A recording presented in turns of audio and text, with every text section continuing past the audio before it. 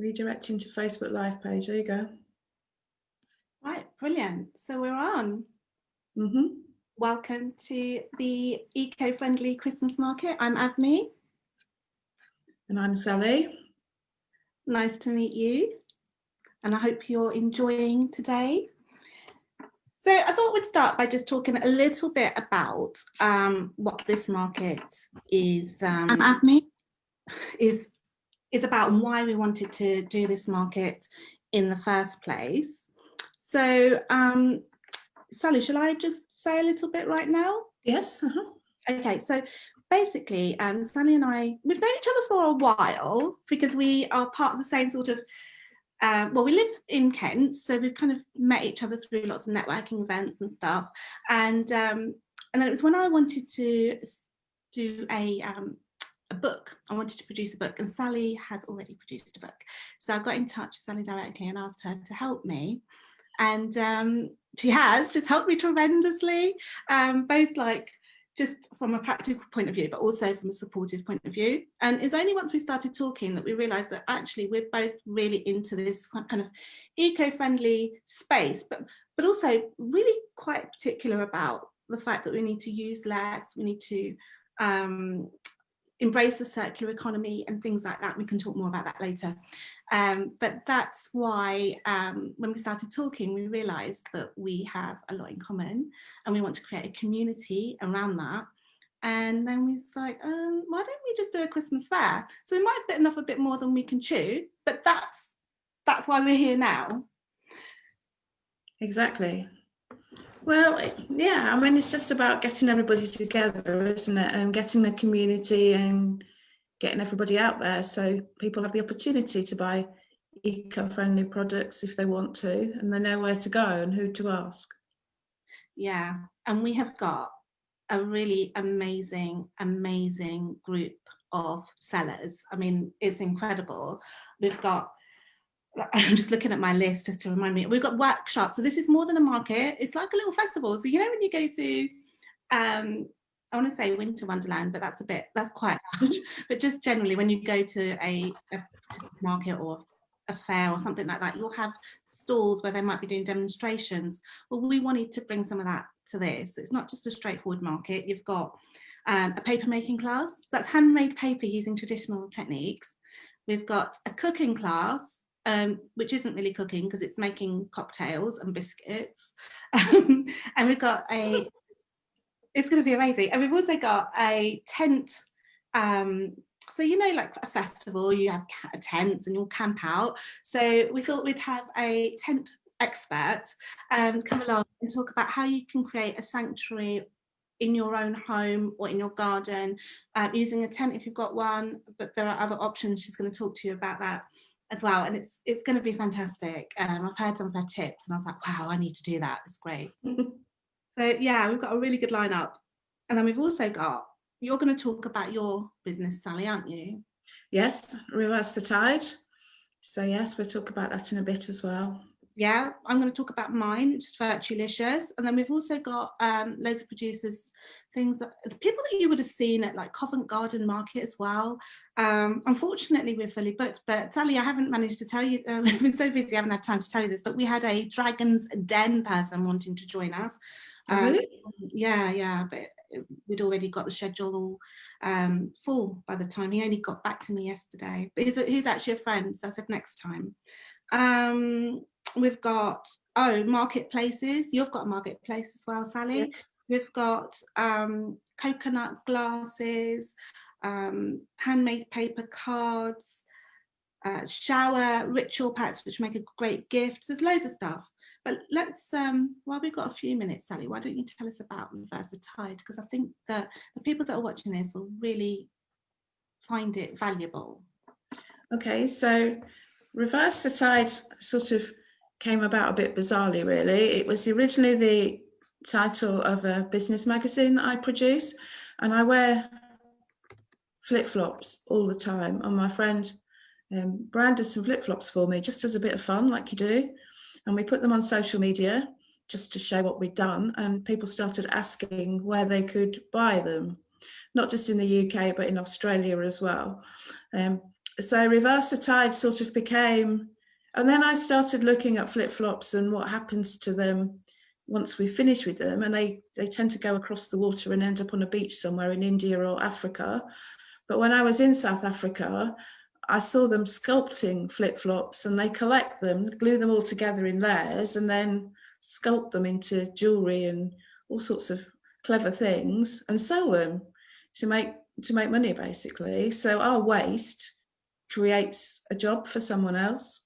So Reverse the Tide ceased to be a business magazine. That has a different title now, and it became more of a eco-friendly, environmental friendly, no plastic, no waste, recycling, upcycling sort of community, and a place to bring everyone together and educate, really, so we understand where things come from, where they go when we finish with them, and how perhaps we can do things differently, do things better, without damaging the environment. So that's how it all started, and it sort of evolved from there. Yeah, I think that's such an important thing right now. And I think like there's so much awareness about recycling, but that can be quite resource intensive. And I think we need to kind of think about the circular economy, and also reducing the amount we use in the first place, so there's less waste in the first place. And there's so many people working in all of those different fields that we've got together. It is just lovely to see how everyone's working together to do that. Even like choosing the suppliers based on their own ethics. Yes, exactly. And looking at the supply chain, where things come from. You know, even like the t-shirts like I'm wearing, which you can't really see, but it's got Reverse the Tide on it. But, you know, where does that come from? What's it made of? How's it produced? It's quite surprising when you start to look. It's not really what you think sometimes. So a little bit of research into, you know, the products that are used and the supply chain makes a huge difference. Yeah, we've got, so you're doing that as well. And we've also got the Scenic Route, who only use recycled cotton to, well, she'll correct me if I'm wrong about that, but recycled cotton to produce their products. So yeah, and also Friggin' Well, which is the lovely shower ritual pack, is making sure that the people that make the products for her to sell use renewable energy. Yes. Yeah, it's the whole thing, but you can't do it all in one go. So, you know, every little step that you take, every little thing that you do makes a difference. So, you know, it is about those little steps, using different products at home. And, you know, my magazine is on paper that's cut from a sustainable source and that sort of thing. So not using plastic cups, maybe using reusable ones, or like the coconut cups that come in next. So, you know, just thinking a bit more about what it is that you want, what you're using, you know, just how we all live, I guess. Some of it is about going back to basics, cooking properly, you know, using your cook kits and things. You know, when I grew up, my mum used to shop every day or every couple of days in the butchers, the bakers, the greengrocers, and we've got away from that. So we're using a lot more preservatives and things which are not good for us or the environment. So, you know, just rethinking that sometimes just makes a big difference. Yeah, absolutely, and that's what we're trying to do here. So it's supporting small businesses, supporting eco-friendly businesses, but also giving us all a chance to just take some time out and think about how we can do things just that little bit differently. And just while I remember, please share this event so that your friends and family can find it as well, and they'll come and watch it. So please, you know, if you're watching, share it. If you're watching on replay, thank you for watching it, but still share it, because, you know, I'm sure people want to see it, and there's still time to shop before Christmas.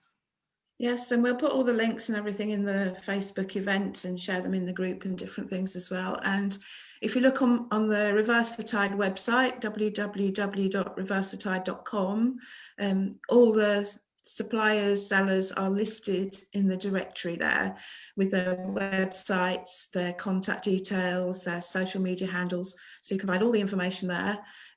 So if you miss it today, just check it on there, and it's all there for you. Yeah, and there's a Word, there's like a Google Docs document in this group. If you click on that, you will be able to, it has all the links, and those links will go back to Sally's website, where you can read more and see the whole lot as well. So that's another way of getting there. And we should be, why don't we paste our links into the chat now, so people can start getting them. So I'm going to do that right now. I'm going to try and do two things at the same time. Not sure it's going to work. There we go. So I've got this thing called Linktree, where you click on that and then it has like all the different links to all the things that I'm doing. So, right. Do we have, are we ready for CoCo Nation? They're meant to be the first. We are. They're just waiting, so I shall just let them in. Right. So, oh, here we go. Hi, Chanaka. Hi. How you doing? I don't think he realizes that he's on live at the moment. It says, Hi, Chanaka, are you on? You're on, I mean, not you're, are you on? we're live. Are you ready to sell your stuff? You've got 5 minutes. So I'll introduce you. We can't hear you. I think you might be on mute. Yes, you're on mute. Oh, Can you hear me now? We can. yes, So I'm just going to we can introduce hear you. you. Perfect.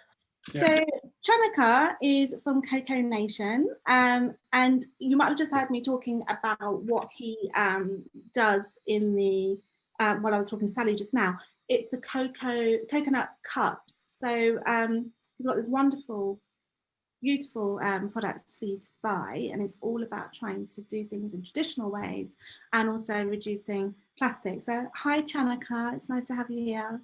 Hi, Avni. Hi, Sally. How are you guys? Hi, nice to meet you. Yeah. So we're live on Facebook, so tell us about your products.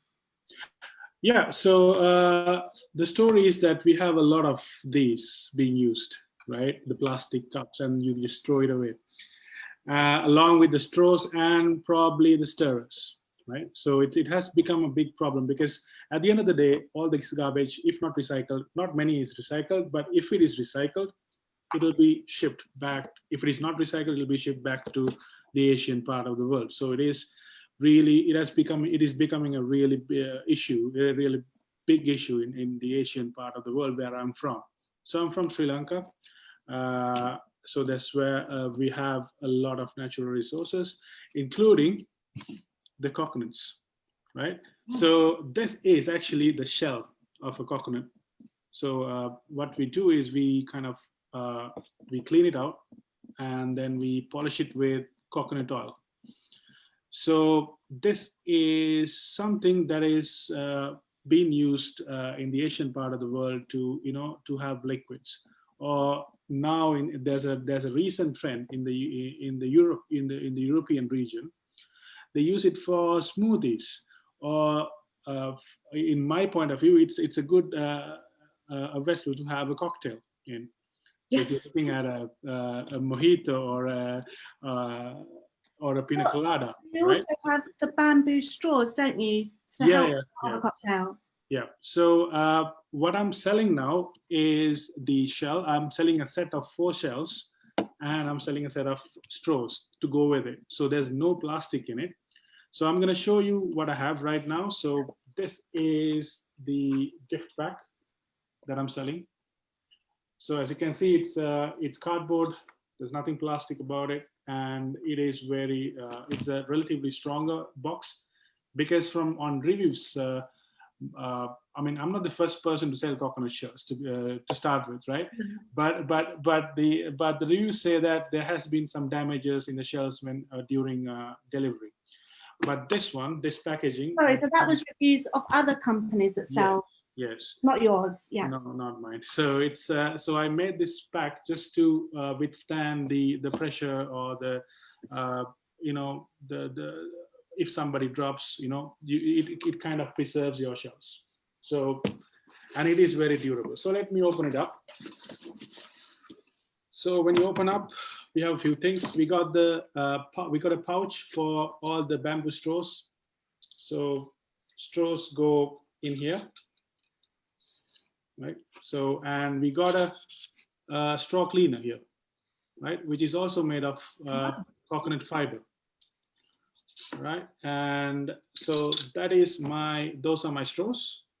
And then we give you a recipe booklet, some care instructions to sort of take care of your coconut shells.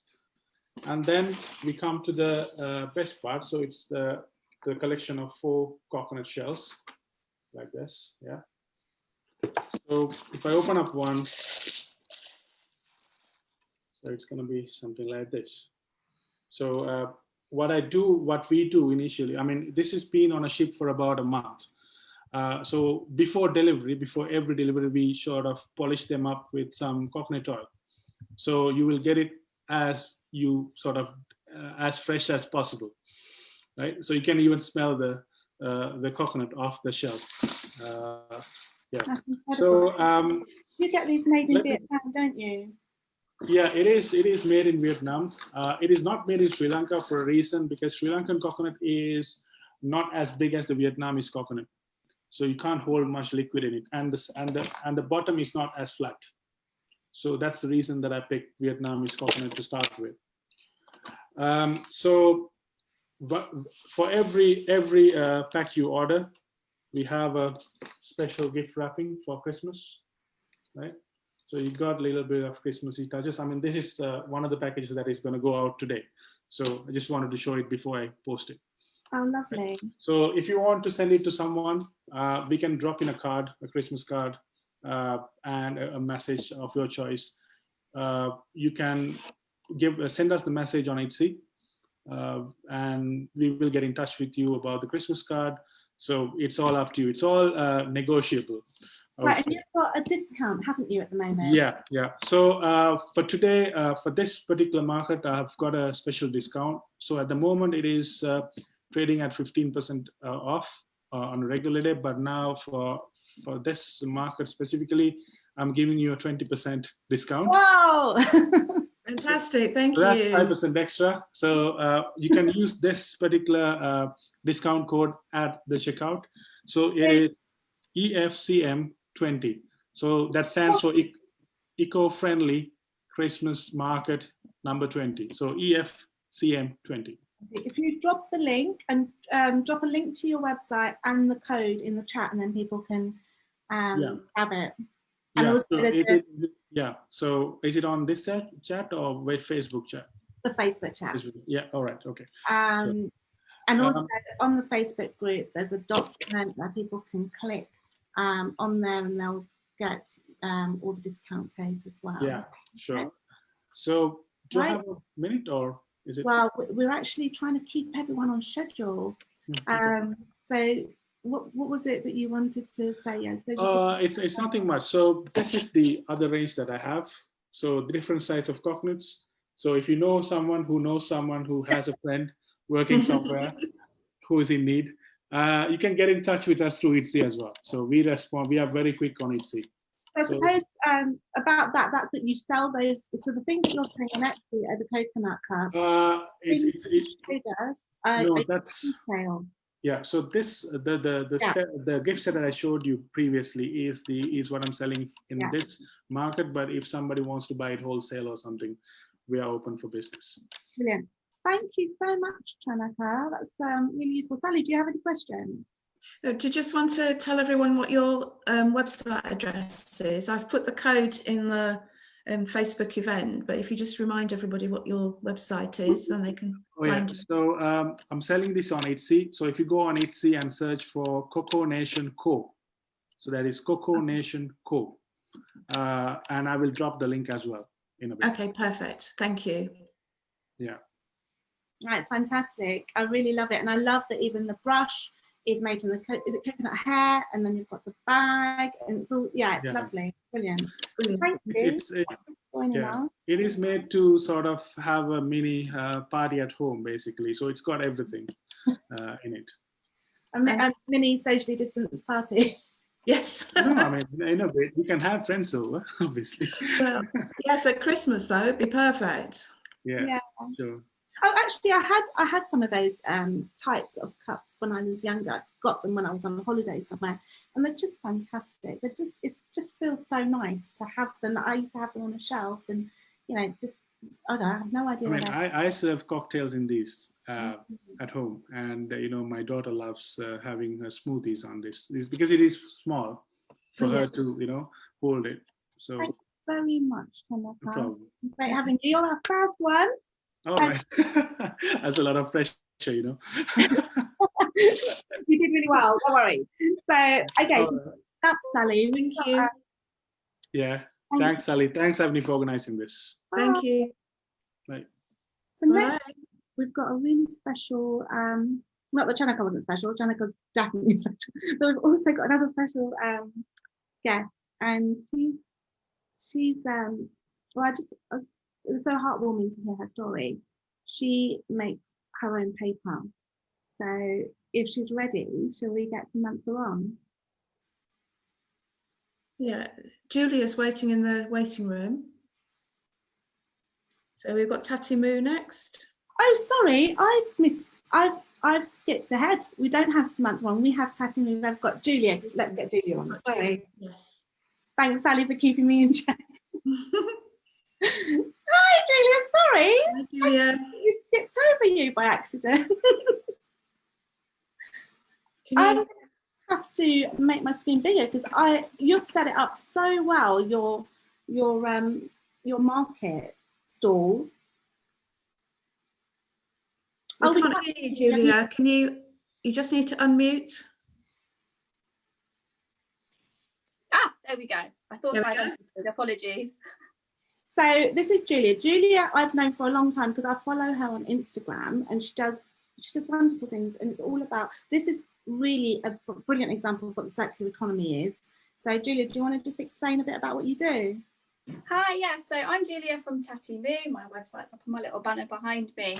I'm all about reworking clothes and old fabrics. So I make anything from reworked t-shirts to accessories like bags, scrunchies, and even tiny little patches. And I will show you all the different things that I do. But I love being able to work from what people see as waste and discarded clothing that they no longer wear, or even bed sheets, and just being able to turn it into something completely new and shiny and unique.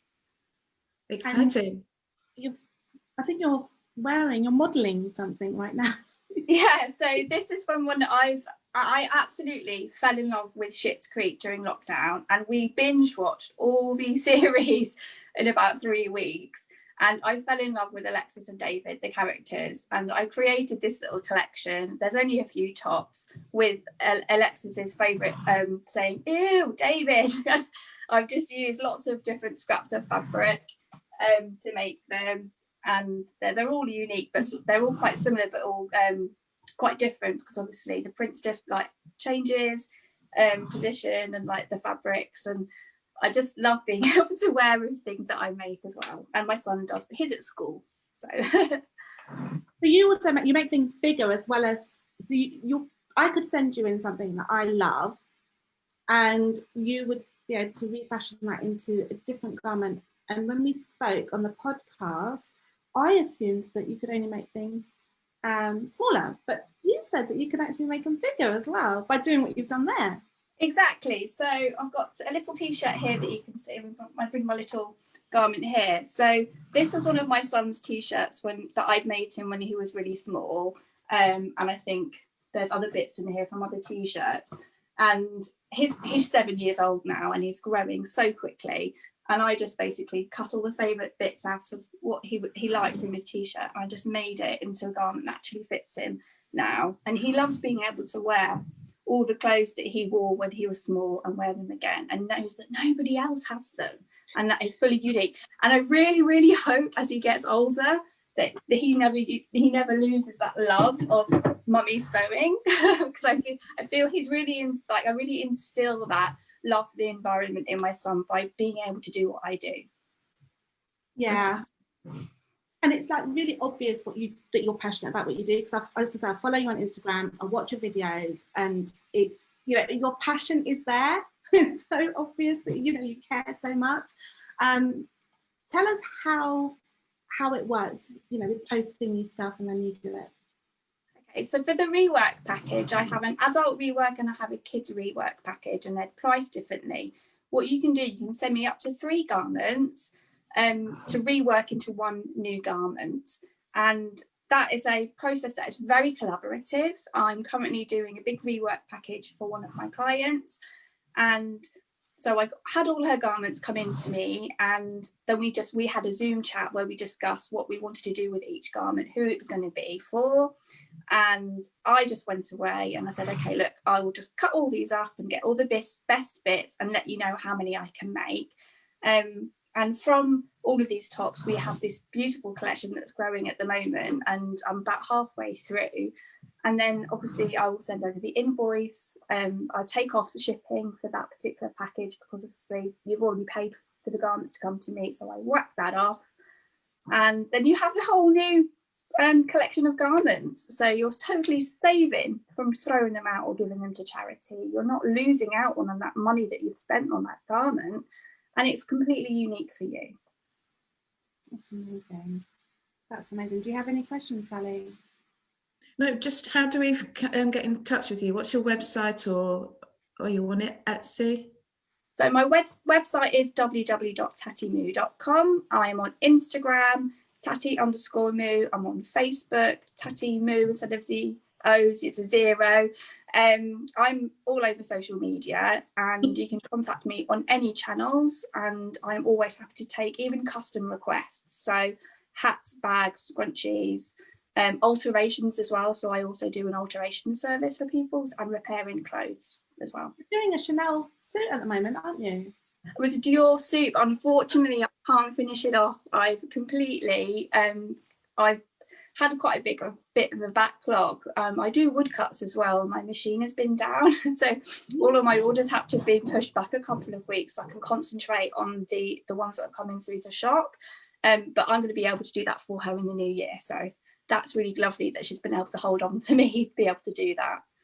But that, with all of us being small businesses and with all of us being so engaged in answering messages quickly, I think that level of customer service comes through because we care so much, and it's not just a big corporate. I just love being able to just do what I do and connect with other makers.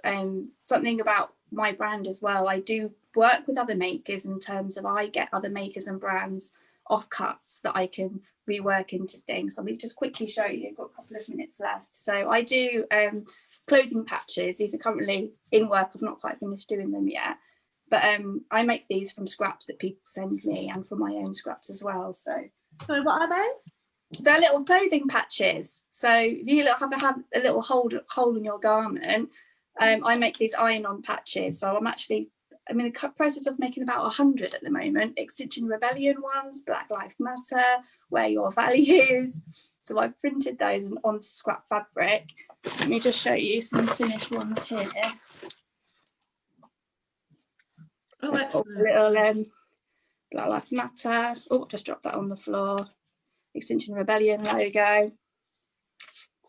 I love making them. They're so therapeutic to sew, and like using up little different scraps. I just dropped one. Hold on. Yeah. So would you be able to, like with my jumper, would you be able to take that off and put that into a different garment if I wanted to at some point? Absolutely. I could take that whole motif and rework it into a completely new garment. Like I can stick to the colour palette or add new different colours in. The options are completely limitless. Brilliant, because well, I've just bought it, especially for this event, so I can't do that just yet. But I was thinking, this is so lovely. You know, I just want to be able to keep that forever because it's beautiful. I love it. I love it. My son's wearing his Christmas jumper. I made him last year, actually, today. And like I said to you, I wanted to wear my Christmas jumper, but you might hear the banging. We've got the builders doing our bathroom at the moment, and all the new bathroom supplies is completely blocking my cupboard where my Christmas jumper is. So hopefully I'll be able to wear it next week. Thank you, because I was on a Zoom call when you were preparing for this, and you had your builders walking through and everything. So thank you for taking time out to do this and getting everything ready. I know that okay. So thank you. So I think now we're ready for the next person. So we're going to chuck you off, Julia. That's fine. Thank you so much, Sally and Andy. It's lovely chatting to you both. It's been Great to meet you, Emma. It's fabulous. Thank you. You're welcome. Bye. See you soon. Bye. So we've got Samantha next. Yes, we have. Just letting her in. So Samantha is, she's just amazing. You're going to love Samantha. Hello, Samantha. She's connecting to audio at the moment. So let's let her kind of connect. Let me tell you, Samantha is, she lives in a static home. And are you on, yeah, go on, Samantha. Why don't you tell us, who are you? Sorry, I didn't hear you then. I had the sound off, but I think you wanted to introduce myself. That's all right. I was saying that you live in a static home, and I was going to go on to all the other stuff, but you can take over. Cool. Yeah, I live in Cornwall in a caravan, and I make lots of things. I'm really crafty. I've got a selection of the bits that I make. I'll just see if I can. I've got to do all of this on my phone. I don't have a laptop, so hopefully it works. So can I just cut into Samantha? So this is your, well, unless you've done something in between, this will be your second Zoom. So when we spoke a few days ago, Samantha hadn't even downloaded Zoom. I'm so excited because you just embraced it all so much, and I love it. Are you ready to do your masterclass as well? Yeah, I can do the masterclass. I'm ready for the masterclass, and I'm ready to show all my wares. So yeah, what would you like me to do first? You take it away, gal. Do what you want. I'll show you a little bit of my the things that I've got then. So I make handmade paper, and I sell it in these packs of note cards. I do packs of 5 and packs of 10. Some are the plain paper, and some I have with skeleton leaves on. They're really good for note cards, to send us thank you cards. I've even started doing some as actual cards. I just think they make such a great alternative to Christmas cards, as they're completely recycled. I collect all my paper recycling as well as my family's recycling to make this paper. And then I use the paper also to make my own prints. I print onto the paper, and it's just fantastic because you get such a difference from rather than using normal paper, because the handmade paper's got such texture to it. It's got different colours, so it really just adds to the pictures. I hope they're coming out. I do a lot of photography, so I go out in Cornwall over a weekend and photograph what I see. Oh, fantastic. They're coming out. It looks fabulous. So yeah, so that's all my paperwork. I started making the paper just to use in my own life. When I started my business, I was also making children's clothes. So I use all the my own paper to make the tags as well, the garment labels. So it's all sort of in-house, all recycled. And you do this, Samantha, because so your company is called Betty and Bills, and the reason it's called Betty and Bills is because that you explain, because that's an inspiration for you, isn't it? Yeah, my company is named after my late grandparents. They were from the make, do, and mend era, and they just made so much, and they fixed so many things. So I named it after them because I just thought those are the core values that I want for my shop, to just keep reusing as much as I can, repurposing as much as I can. So I thought it would just be a really nice gesture for them, and to sort of just carry on their legacy, really. So that's why it's named after them. You've definitely done it, and I know the prices and that you're charging, and I said to you on the podcast as well, like, you need to up your prices. So if anyone's watching, because I know you've got a special offer and everything, I think if anyone is watching and they want to, well, people are watching and they want to buy from you, I suggest they do so now, because as soon as this market's over and I've got some time, I'm going to be like hounding you, saying up your prices. Yeah, so make the most of it now. I'm just a new business, so I thought I'll start cheap. So yeah, get your back. But what I think really with your prints, I mean, the prints are beautiful and they'd make a great present for someone who lives in Cornwall. And whilst we were actually on our Zoom call when we were prepping for this, I texted a friend in Cornwall and said, look, you've got to check these out. And she texted back going, oh, I've been there, you know. So you've got some really iconic images there, which would make great gifts for someone with a Cornish connection, possibly. But also your paper is just so beautiful that, you know, if people wanted to write a note to a loved one right now, instead of sending a Christmas card, that would just make your day, wouldn't it? Especially now when we're all, you know, not able to see our loved ones. Yeah, definitely. And I think it's my granny was a great letter writer. She always used to write me letters, and I think it's something that we don't do much now, but it's I think it's something that should come back, because you cannot beat receiving a handwritten card or a handwritten letter from somebody. It's so lovely. It makes your day. And I think the paper's just so nice to write on, and because each piece is unique, it's so lovely to use. And you're going to show us how to make it. I'm going to do a demo, so you'll all have to bear with me. I'm using my phone, so I'm going to try and do all of this one-handed. So here we go. Let me get the camera out. So to make paper, you just need to get some paper. So grab your paper recycling, and you want to rip it up into little pieces. It doesn't matter if the pieces are sort of vary in size. So you can see in here I've got some newspaper, some envelopes. I've even got some old tea bag, little sachets. So just any paper. And once you've ripped it up into little pieces, you want to submerge it in water. Ideally, I leave mine for 24 hours to soak, but you can use it right away. And ideally you want to put this in a bucket to do that, because then you need to blitz it all up. So I use this handheld blender. Now I would buy yourself a separate one. You don't want to be using your kitchen blender for this. Do grab yourself a separate blender. And I picked this one up for, I think it's about £5, so it's relatively cheap to get started with this.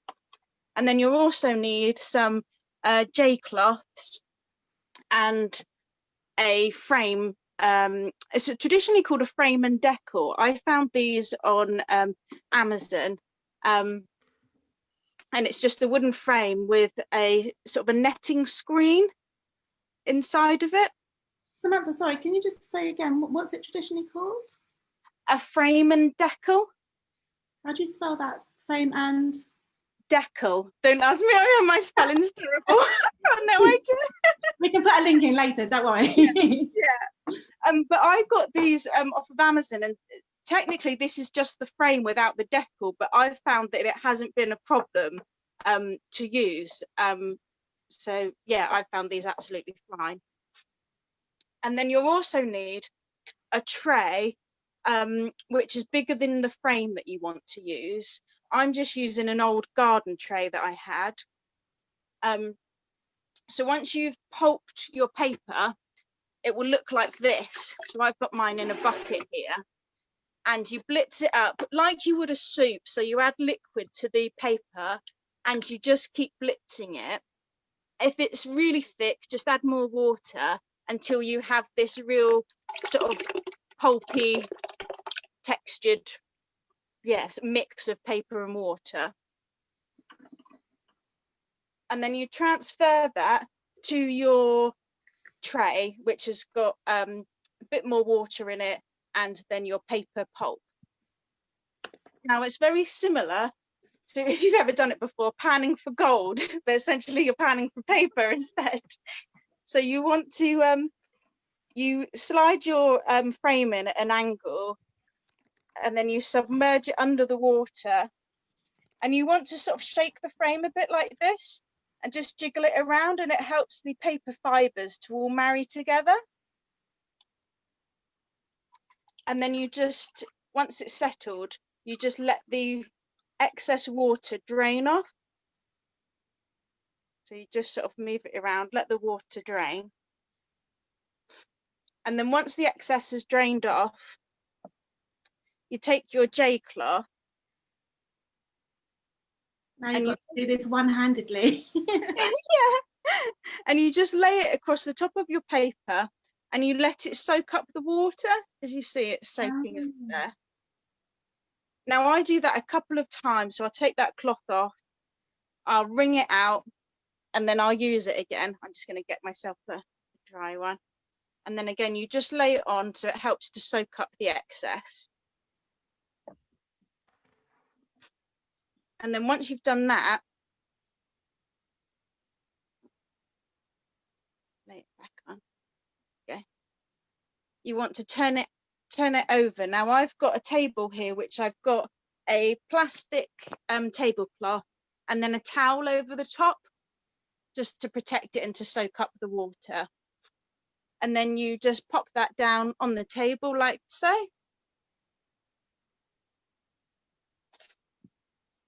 And then you grab your cloth again, and what you want to do is push down on the paper, again soaking up any extra excess water, and this just helps the paper to then come off the frame. And you can push quite hard because you want to sort of flatten the paper as you're doing this.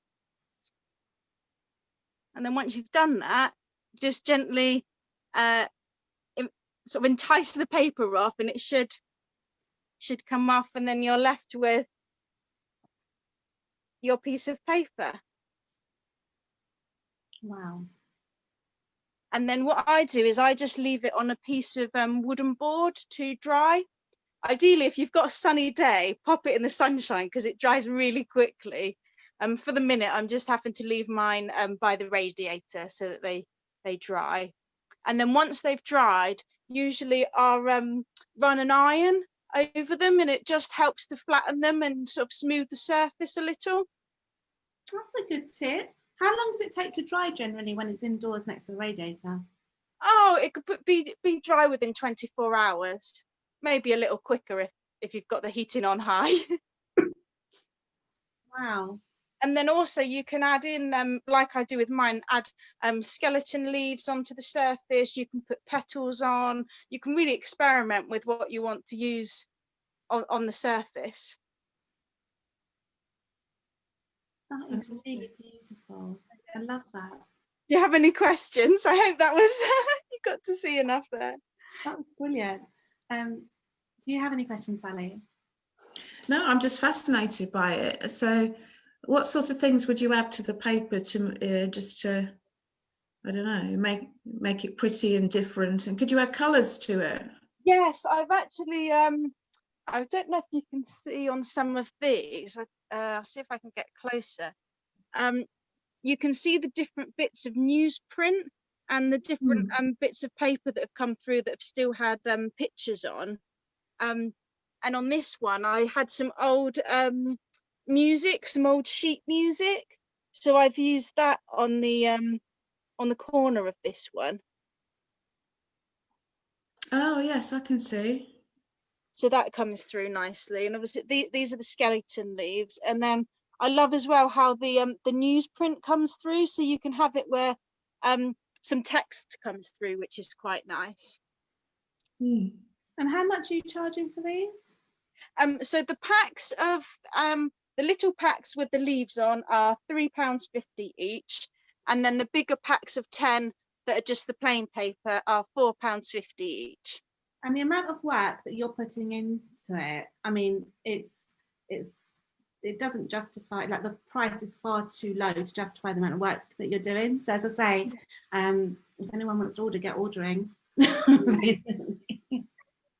Yeah, definitely. Oh, they're fantastic. And I suppose, could you dye them? Yeah, you can dye them. You can sprinkle glitter onto them if you want. You can put seeds onto them. Yeah, you can do so much with the paper. It's a really fun process. Fantastic. I was thinking, I was on something yesterday, and somebody was selling cards that had the seeds impregnated in the paper, and then you could put the paper, sort of recycle it in the garden and grow the seeds, if that makes sense. Yeah. So I guess you could do that too, could you? Yeah, definitely. That's something that I've looked into, because I'd really like to do that, because I thought with my clothing tags for my garments that I make, I thought that would be a really good thing to put in them, because then you're not just throwing something away. You could grow some flowers from something else that you've purchased, which would be nice. Yes. Yes. So yeah, just repurpose it again for something else. So yeah. The paper would decompose, I guess, wouldn't it, in the garden anyway? So that bit's all right. Yeah. And if the seeds were then to grow, then perfect. Yeah. I was thinking of doing that for my meal kits and sending just a little piece of paper like that with the seeds. I think that'd be really nice. Yeah, you could do perhaps some herb seeds on yours, because then people could grow them and then use them in the cooking. That's a really good idea. So would the seeds not start germinating when they're in the water? I guess if you I think if you dried it quick enough, you'd be all right, but you would really need to either do it on a hot sunny day or have your heating up so it did. Yes, you don't. Yeah. Otherwise, you'd be germinating. Would you? No, but actually, Avni, if you look on the Reverse the Tide website, there's some cards on there, you know, pretty cards with like a cocktail on the front, and inside is a little tiny packet of the seeds of the herb that you grow to put into the cocktail with the recipe as well. So you could do that idea with your food kits, your cooking kits. That's a really good idea. I think people would like that, wouldn't they? You get a bit creative with it. You think, actually, what can I do to make it different? And that would be good, wouldn't it? Some seeds to grow, because they germinate quite quick. Herb seeds grow quite quickly, don't they? They germinate quite quickly on the windowsill. So within a few days, you could have the fresh herbs to put in the recipe that you're cooking. I think I'm going to do this. I like this idea. Thank you for the masterclass. It's really good. You're welcome. It helped me with my business. Yeah, but that's what it's all about. You all feed off each other and come up with ideas, and you know, bounce ideas off the wall. And that's where these, you know, exciting and, you know, big things that are a bit different come from, isn't it? Just, well, what if I combined this with that? What would you get? And that's what makes it exciting. So I was interested in, you know, the prints that you're doing. When you spoke, you told me that you print them at home. Yeah. But how does a thick paper go through a printer? I have to, I attach it to some normal A4 to help it run through the printer. I think if you'd perhaps got a better print, mine's quite sort of an old one, so I have to like just coax it through a bit. So yeah, and just speak to it nicely. So I find that putting it through with another piece, it just seems to accept the paper. Brilliant. So this you is could screen print, I suppose, or lino print. No, I just use my home computer printer. Okay, but you could screen print or lino print onto the paper. Definitely. Yeah, it would look really nice. Yeah, definitely. This is for the photos of the Cornish landscape. Ah, okay. Which are just stunning. I mean, I didn't think that would be done on a normal printer because, as you say, Samantha, the texture, it's full of texture, isn't it? Yeah, so I've got these ones are of Carn and Viaduct. You can go cycling around here, and it's a beautiful piece of engineering. It's just such an interesting structure to look at. And then these ones are of Giant's Quoit, which is actually a natural rock formation. And you wouldn't think so. It looks like somebody's piled up these boulders, but it's a natural rock formation. They're beautiful. They're stunning. And then these ones are of Goonhilly Earth Station. I live just down the road from these big satellites, and it's amazing going past them. Brilliant. So just remind us where we can find you on your website or Etsy or. So yeah, I'm on Etsy under Betty and Bill's. I've got an Instagram account, and I also have a Facebook page. So you can check me out on there. You can purchase stuff through Etsy, but I'm happy. I also take orders through Instagram and Facebook. So whatever's easiest. Fantastic. Okay. Samantha, it's been so nice to have you and to meet you. It's been brilliant. Thank you so much. And thanks for And the being same to you. Thank you so much for sorting this. It was great fun. All right, well, Thank we'll be in you. touch anyway. And see Yeah. you soon. Bye-bye. Yeah, see you soon. Bye. Bye. This is what I mean. Like, we've got so many really sort of passionate producers here that really care about what they're doing. I should have said, Samantha, if you're still listening, can you put your links in the chat so people can grab them?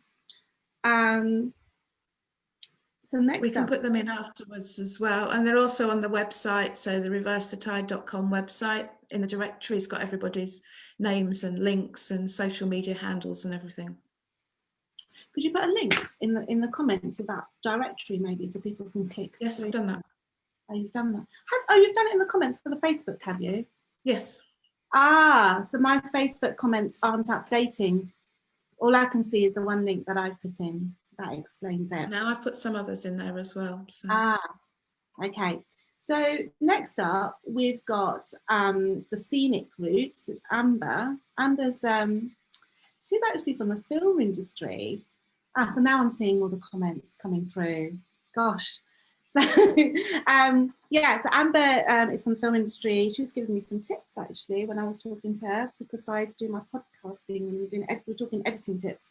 But she started her own ethical clothing business. So like you were talking about the t-shirt that you're wearing, Sally, she does all that kind of stuff. It's really, really interesting. So is she Okay. around? Yes, she is. But Let's get her in. comes. Hi, Amber. Hi, Amber. Are you muted? I think she's muted. Yeah, you're muted. There you go, it should be all right now. How you doing? Good, thanks, how are you? We're good, we're good. So tell us about the Scenic Route and, you know, the fabulous work you're doing and your values, because I know you're so, you know, keen to stick to your values. You're very clear about that. Yeah, so I started the Scenic Route in June. I wasn't working at the time because the TV industry had gone quite quiet with COVID and everything. And I wanted to start something for myself. I'd always thought about it, but never really had the right idea. And I actually started just by sharing travel pictures on Instagram, and it was just a separate page to my personal one. So it didn't really have a face to it or anything like that. And I thought, oh, it would be nice to have a logo. And my boyfriend's good at drawing, and he had been sort of doing some doodles. So I got him to draw one up for me, and I had it made by a friend into a graphic. And then that logo is amazing. Thank you. It sort of spiraled from there really, because a few people sort of said, oh, that would look cool on a t-shirt. And they liked the idea of kind of the travel aspect of it all as well. So I started by just getting my logo printed on a few bits and bobs, so kind of cotton bags and t-shirts. And I thought, oh, actually, this could be something. So we'd already started sort of making changes at home, small changes in the house, to be a bit more conscious and eco-friendly and a bit more responsible. So I decided that I wanted to incorporate that into the business. So my starting point was I wanted to be sustainable and eco-friendly. So I started just by getting things that were organically grown, cotton, and fair trade as well. So that's where it all started. And then basically the last couple of months it's developed quite a lot. I worked with a designer who is called Mary. She's brilliant. She's a responsible designer. So it was the first time I'd heard the word responsible instead of sustainable, and it really stuck with me. So basically, rather than just being sustainable, because, you know, you can be sustainable just by having a sustainable income, for example, but I wanted to be responsible for our actions as a business. So this is when I started thinking a bit further in, and she told me a lot about the fashion industry that I didn't know, because I'm not from that background. And I started to learn about the effects it had, and, you know, all of the materials that we grow raw when we have so much already on the planet. So that's when I decided that actually I was going to move to recycled clothing and accessories instead. So we're sort of in that process at the moment. I've got everything that's organic or raw material is all going in the clearance, and then I've started moving my business towards the recycled stuff. So I've got new items which are made from 100% recycled materials. So it's 100% recycled, but it's split between pre and post consumer, isn't it? Yeah, so I've got different types. So basically the idea is that everything has been recycled. So whether it's cotton, polyester, whatever material, as long as it's recyclable, it's been recycled and made into a new garment. So this jumper that I'm wearing now, it's a knit jumper, so it's 100% recycled materials, but it's split between regenerated cotton and recycled polyester. So this is 70-30 split. And then I've got hoodies as well, which are split 60-40, but they are actually two different types of recycled material. So one is pre-consumer and one's post-consumer. So pre-consumer is where it hasn't actually made it out of the factory and gone to a customer yet, but it was still going to get wasted or thrown away. Yeah. So it's been recycled from there. And then post-consumer is where we've bought something, we've worn it, we've used it, and then we've put it back into the recycling system. Sorry, I wanted to cough. So it's fantastic. Oh, by the way, before I carry on, what I want to point out to everyone is your Instagram feed is just stunning. Thank you. I mean, and like once we're over, I'm going to be hassling you. I'm going to be like, can you give me some tips? It's really lovely. So even if you just like look at the Instagram post, you know, just for that, it's gorgeous. Yeah, well, we originally started with just travel pictures. So if you go right back to the beginning, it is just amazing views pretty much. And you've got some special offers, haven't you? Yeah, so I've put a bunch of stuff in the clearance sale because, like I say, I'm moving from raw material to recycled material. So all of that's in the clearance. Quite a few things that are under £10, which are really good stocking fillers. And then I have a 10% off code, which is SR10, and that's for any new customer to get 10% off their order. And then kind of there's a few sort of free postage deals as well, depending on how much you spend. And your packaging, I forgot to even mention that. That's the amazing bit. Well, even more amazing bit. Well, so basically when I started, obviously I already wanted to be eco-friendly, so plastic was something I really didn't want to be a part of the process. And obviously with clothing, you know, it tends to happen whether it's via a swing tag and it's that little bit of plastic that holds the tag to your clothes, or whether it's the packaging. So when I first started, I just used brown paper and string, and that's what I used to protect the clothing whilst it got posted, and then it was in a recyclable bag, postage bag. But I recently discovered so I found a company called Eco Garment Bags. So I started looking at other options because I wanted it to be quite a premium product. When you get it in the post, I want it to be like any other clothing brand, because you know, if you get a delivery from a big company, it tends to be individually packaged clothing in that plastic cellophane. Yeah. So I wanted it to be like that, but eco-friendly. So I have these eco garment bags. So I got a trial run of them last week and I love them. So I've now ordered a whole bundle and all of my clothing and accessories will come in these. So that's what it will look like when you get it in the post. So it looks exactly the same as plastic. And that's one of our jumpers in there that I'm wearing now. So it looks the same as plastic, does the same job as plastic, and it feels pretty much the same as well. But it is, it's not actually plastic. It's this new technology they've made up. Now, I'm not going to claim to know everything about it because it's not my idea. But I think it's a really great way that the fashion industry is going to replace, because there's so many plastic bags out there that wrap clothing still. And it's a choice now, you don't have to do that. So in my eyes, it's a responsible choice to go for something that's not plastic. So these bags, actually, these degrade into carbon dioxide, hydrogen and harmless biomass. So basically, even if they did end up somewhere they shouldn't, so landfill or the ocean, they will still degrade within 12 months. So plastic obviously takes decades to break down, but these will degrade within 12 months. And they're also water soluble. So anywhere that's damp will degrade them faster, which is what I'm going to show you now because it's quite cool. Oh, brilliant. So I'll just open this. So this is basically what you do if you've got something from me. So basically, these, because they're affected by water, they degrade and they go to like a gloop. So I'm going to show you now, just because I'll just rip a little bit off because I've only got a small glass of water. But basically, any moisture will start to degrade them faster. So, you know, all you need is a little bit of water in a landfill, for example, and it will help the process go quicker.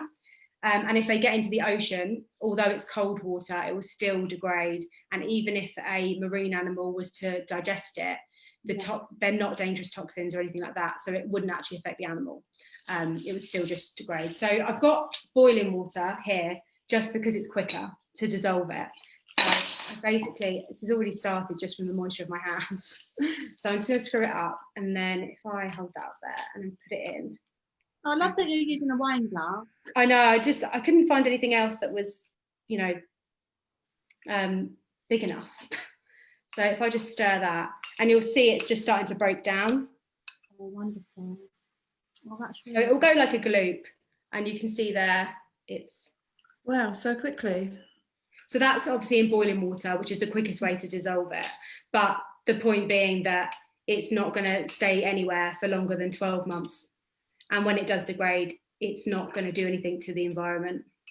Oh, that's really good. You know what? It's so nice to have, you know, ethical producers. You've literally thought about everything that you can do to provide your service, but provide it in an ethical, responsible way. Yeah. So thank you so much. And thanks for, you know, sharing the whole story so people can really get to understand what's beneath the brand. No problem. Thank you. Thank you. We'll see you soon, Amber. Take care. Bye. Bye. Thank you. Sorry, Sally, we didn't get a chance to ask too That's many. So next up, we have got, so these people, you may well have seen them because it turns out that I reckon I've seen them at lots of markets before and I didn't know it was them until I started talking to them. It's called Rewind Glass. You know, when you go to markets and you find, oh, we've got both of them on. Hello, Fiona and Andy. So when you go to the market and you see those beer bottles which are turned into glasses, these are the people that make them, and they sell them at Spitalfields. So they used to do it at Spitalfields, not anymore, and also at Covent Garden. And so I'm sure most of us will have seen them if we've been there. Hello, both of you. Fiona, you're on mute, so you're going to have to unmute yourselves. So I've spoken to Fiona before. She featured on the podcast. And I haven't met Andy yet, so I'm very interested to meet Andy because Andy's the actual maker. Andy, have you unmuted yourselves? Yes. Hi. I think we have, yes. Yes, we can hear you. Welcome Andy and Fiona. Hi. So yeah, tell us about or show us what you do. Well, I turn old bottles into numerous things, kind of, but predominantly drinking glasses and then clocks and dishes as well. I can show you some. So I would take a beer bottle, and that would have had the top of the bottle on, and it becomes just a nice little beaker. And then a wine bottle kind of gets cut and then turned and becomes a nice wine glass. And then you could put those two bits together, and then you could have a spirit bottle, where one bottle becomes two glasses. Fantastic. Yeah. So you had some of these at your wedding, didn't you? We did indeed, yes. Yes, I've been doing this for quite a while. We've been married for 14 years now. I think, yes. Yeah. So I've been doing this for 20 years. Yeah. So it started out as a university project, and then it's just kind of continued on since then. And it's almost kind of how you met. I'm sorry to put you on the spot, but Fiona, you talked about this already. Blame Fiona for telling me. But when you met at university, it's because you had a passion for this kind of. Fiona, do you want to just tell us? Yeah, so Andy was already starting to work with recycled bottles, and I was doing an environmental studies degree. And I suppose we met at university, but probably it was when we both independently moved to London. And ended up in a house share together that Andy was sort of starting to sell his products, and I then sort of said, well, I've got a sort of background. My mum and dad run a shop, so I know what I'm doing, kind of thing, talking to customers. So I said, I'll come and help you. And I suppose that was probably the start of our romance, was me spending a lot of nights helping Andy get ready for selling things at Covent Garden and Greenwich Market back then. Yeah. Yes, very long days. Yes. And then you used the glasses at your wedding, and since then you have started creating other things as well. Yeah, because I also make clocks. So that's a bottle that's been kind of kiln formed, flattened. So all the labelling comes off, the glass is heated, and then they're redressed afterwards, but using all the original labelling. Okay.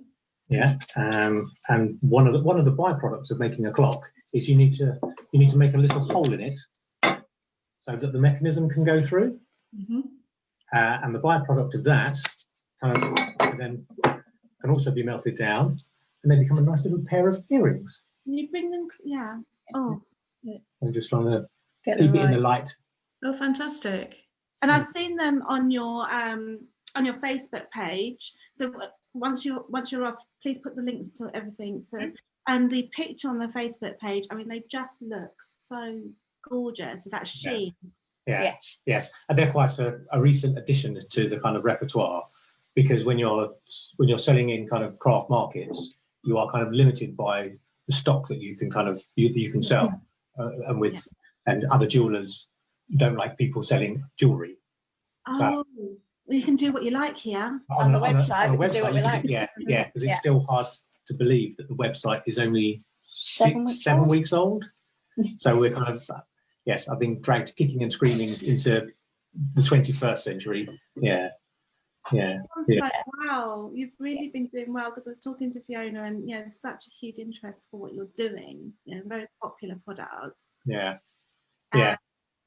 And with the earrings, you've got the name of the So these ones on the I don't know if you can see on the we won't get, but you get there's like the list of ingredients is etched into the side of the Bombay sapphire bottle, and it just so happens that the position where I kind of drill kind of goes through some of that etching. So the little core piece has a little bit of the etching on, which on a lot of them kind of survives through when they become earrings. Yeah. And the other really interesting thing is that neither of you are alcoholics. No, I'm almost teetotal. It's quite, I think I've drunk 2 alcoholic drinks all year, so I'm not far off teetotal either. So I can't remember the last one. Got the bottles. So I mean, you used to trade in Covent Garden. Yeah, so there's a few bars and restaurants in Covent Garden that I collect empties from. So that's another joy of kind of going into the markets, is it kind of gives you access to that. Yeah, so I go in on a Saturday morning, and there'd be the empties from Friday night to kind of to collect and kind of work with. Yeah. And then your workshop's only a couple of miles away. No, my workshop is in Shoreditch, so that's the area that I grew up in. Yeah, so I'm from Hackney, kind of originally. Yeah. I didn't know you were that close. I'm in Wapping, and I used to be in Whitechapel. So okay. Yeah. I lived in Hoxton when everyone was kind of desperate to leave. I know that's trendy. Anyway, sorry, we digress. But it does mean that we're not doing additional journeys, because he's going into Covent Garden anyway to do the store and collects the bottles. Yeah, and taking stock with me. Yeah. And there's a few pubs around the workshop as well that collect bottles as well. Yeah. And also friends that just deposit bottles anonymously on our doorstep. Yeah. So now I can drop my drinks off to you then. Absolutely, and we don't question how much alcohol you're drinking. Yeah. No, because I would have got them from other people. Of course. I had a friend. I work from home doing my day job, and my office window is sort of very accessible back from the road. And a friend just came last week and just knocked on the window, and I opened the window, and she just gave me an empty Bailey's bottle and went, "It's Christmas," and then off she went. Yeah. I love it. We've got some comments. So Ankita, who's going to be on later, she's saying that she does know these products really well at the market. She's seen them, and she wants a champagne bottle that they had at their wedding turned into a clock, and then earrings. So is that something you could do? That can be done. Yes. The trouble with, if she just has one champagne bottle, then she'll only get one earring, because you only need to drill one hole. But we do commission work for people. I wonder if Ankita has a nose stud. There would be nothing stopping us drilling 2 holes and then covering it back with a label, though. That's very true. Oh, There we go. That's a whole new innovation. Thank you. This is a new product. Yes, a whole new product there. There we go. Thank you. Yeah. I love it. Sally, do you have any questions? No, just the website. You mentioned your website. So can you just tell us your website so where we can have a look? Yeah, so it's rewindglass.co.uk. Perfect. And it's also on the reversetide.com website. So if you want to send me some photos, Okay. I can add them to your directory listing and maybe a blog post about it as well. Okay, yeah, do that. So yeah, we can really get it out there. And I also want to say, Fantastic. oh, sorry, go on, Sally, what were you saying? No, it's fantastic. I love it.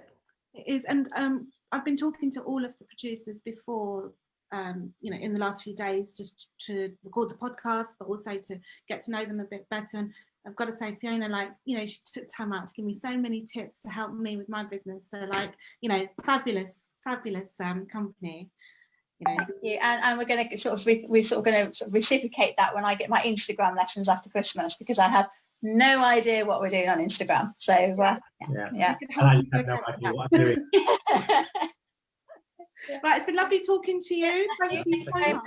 Take care. Happy Christmas. Yes, Merry Christmas. Bye-bye. Yes, Andrew, great to meet you. Thank you. Bye.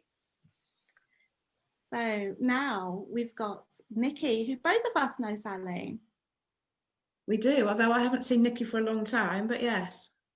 Well, Nikki is Nikki, and you know as well as I do how much of zest she has, how much energy she has. I don't know how she does everything. There she is. So Here she is. Yeah, well, she's still connecting. Yeah, she's there. Hello, Nikki. Hi. You're on mute still. Hi, can you hear me? Yes, perfectly. Excellent. So, we don't, oh, go on, Sally. Who was going to say something? No, sorry, I'm just responding to comments at the same time as I'm listening and watching.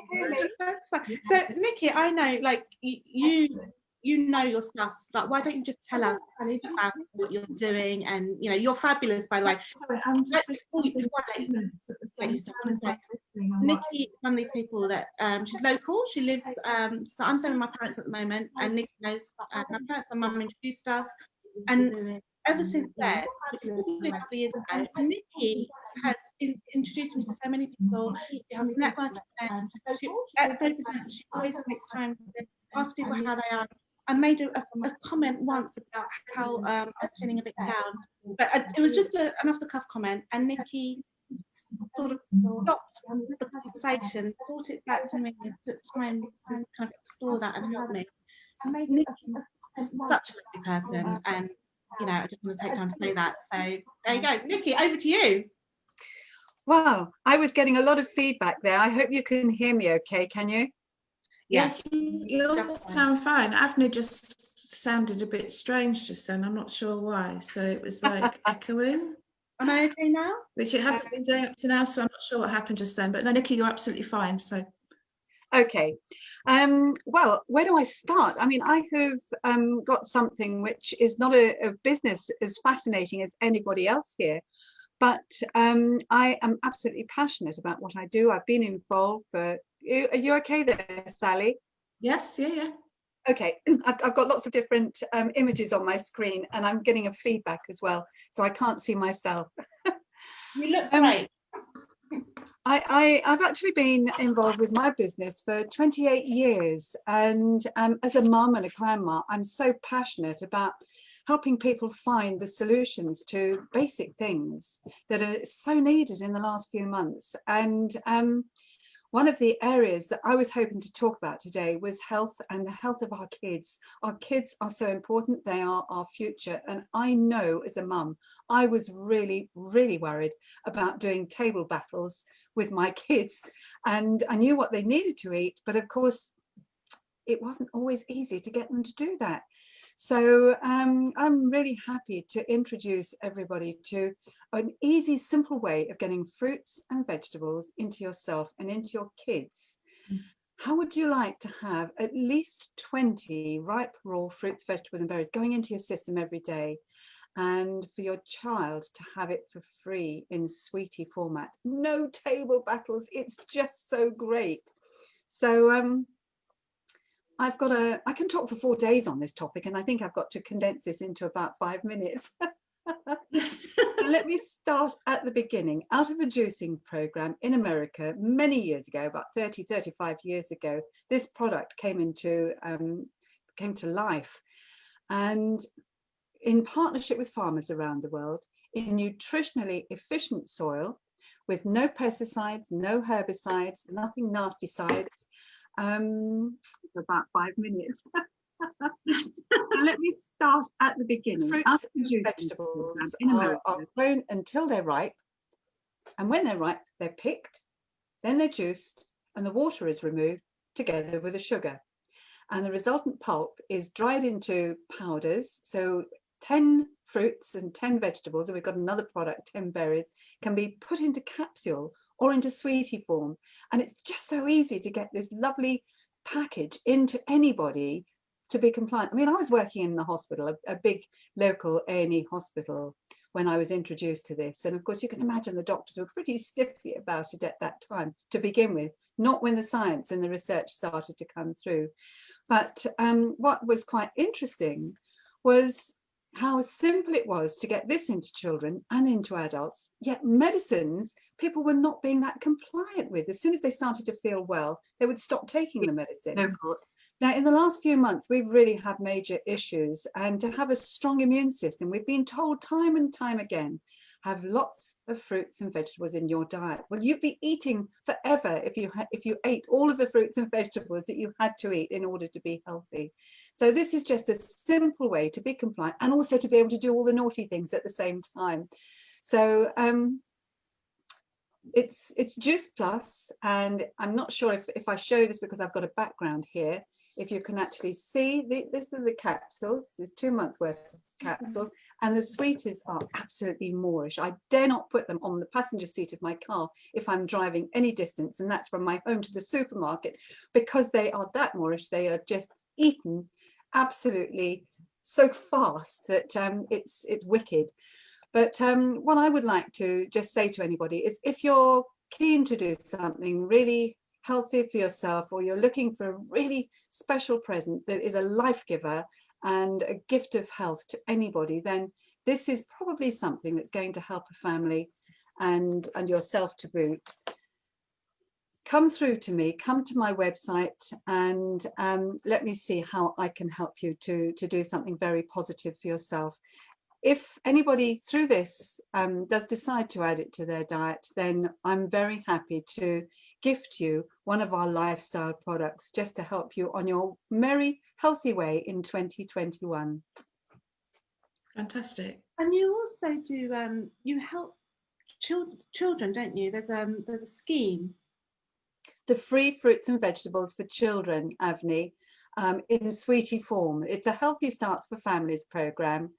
And children can have free fruits and vegetables in this format for 4 years. So is that if I was to take out a subscription, then a child? Absolutely, absolutely. And I have to say, the results of the research that's been undertaken in the health areas for children and adults alike. I mean, kids, their academic and athletic performance is enormously enhanced. They start eating fruits and vegetables just as a metabolic process going on. Quite naturally, they'll start to gravitate towards the things you want them to eat and away from the things you don't want them to eat. So it's a win-win situation. Brilliant. Do you have any questions, Sally? No, only to say I was watching something on the TV last night. What was I watching? Great British Menu, and they had the professor on there who started the app for the coronavirus app, and he said there was a huge correlation between the quality of the food that we eat and our immune system and our gut health. Absolutely. Which is sort of what you're saying. So yeah, so it's coming from the top down, that actually, you know, eating properly, and maybe with the supplements as well, but you know, eating good food is what's, you know, is key, particularly at the moment. Totally is. I mean, we've been told that we should be getting lots of vitamin D really hard in our hemisphere, and to eat lots of fruits and vegetables. Well, the fruits and vegetables available to all of us are so compromised nutritionally. So that's why I fell in love with this whole concept, because the way it's grown, the way it's produced, means that all of the nutrients that were intended by nature are in the fruits and vegetables. So win-win, and happy 2021. That's fantastic. Yes, bring it on. Yes, quite. Exactly. So yeah, no, that's really good. I mean, it's, oh, sorry, everything's pinging at the moment, so I just don't know where to look first. How do they get in touch with you, Nikki? I beg your pardon? How do people get in touch with you? That would help. If they would like to look at my website, www.becausegranny.com, that'll find me. All my contact details are there too. www.becausegranny.com. That's me. Perfect. It's also on the reversethetide.com website in the directory, so you can link directly with Nikki on there as well. Oh, and Stephanie Shard is asking if you can link in the comments as well, so that she can just grab the link. And Karen said, "Oh, healthy sweeties." Yes. I have had them quite some time ago, but they are a bit yummy. You're right. So too yummy. Yes. Thanks so much, and You're also very thanks welcome. for all your support and your help and everything. It's much appreciated. You're welcome. Bye-bye. Bye-bye. Take care. Bye. So Sally, the next person is someone that you've been quite sort of passionate about, isn't it? Yes, they haven't come online yet, so I think they might need. I've just. Well, I tell you, while you're doing that, can I talk about some of the stuff that I do, so I can get some airtime for my own products? I'm also going to get Ankita. So Ankita is coming up actually after that, and she's going to be making some cocktails. By the way, guys, if you're enjoying this, please share it, let everyone know, and so that they can join us and also support all these small ethical businesses. So Ankita's going to be making cocktails, really nice cocktails. I've had Ankita's stuff before. It's very nice. She's the top Thermomix advisor in the UK, so she knows the stuff. She's going to be using Thermomix to cook it. If you know what it is, you know, otherwise you'll find out soon. But she's also going to tell us how to cook it without Thermomix. And she's going to make these lovely cocktails, and also biscotti, which are kind of lovely, crisp, buttery, thin biscuits. So I'm quite looking forward to tasting those myself. But sorry, Sally? Our next guest has just arrived, so. Oh, brilliant. Okay. We'll come back to Ankita in a minute. I didn't talk about my own stuff. But no, well, we'll have to come back. We'll come back to that. Don't worry, we won't miss you out. Hi. You're on mute. Can you just All right. Hi, great to meet you. We've been messaging. Can you hear me?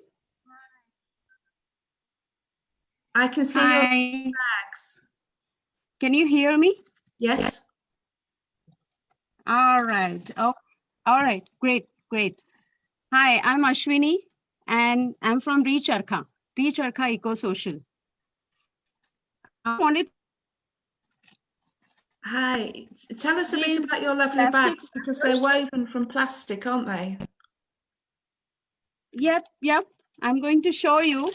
As you see, you have used all the cookies and biscuits and everything. And what do you do with these kind of wrappers? These kind of wrappers and these kind of gifting wrappers. I have a small video for you to show. It's a 1-minute clip which explains you all the process. Just a second.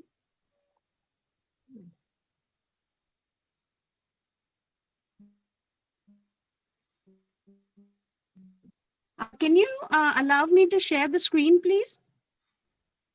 So while they're doing that, what this initiative is like an initiative where I can't remember the word, but where they help and support lots of other small businesses come together. I understand.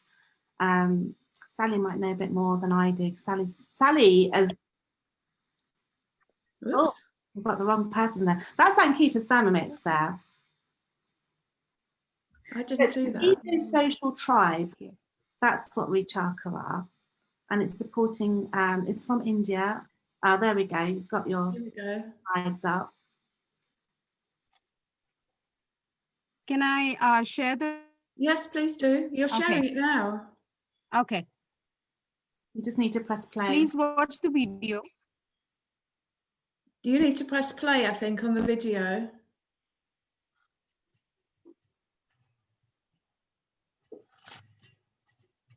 It's not opening. I can see your screen, but it's not opening. Oh my. Do you need to click on it?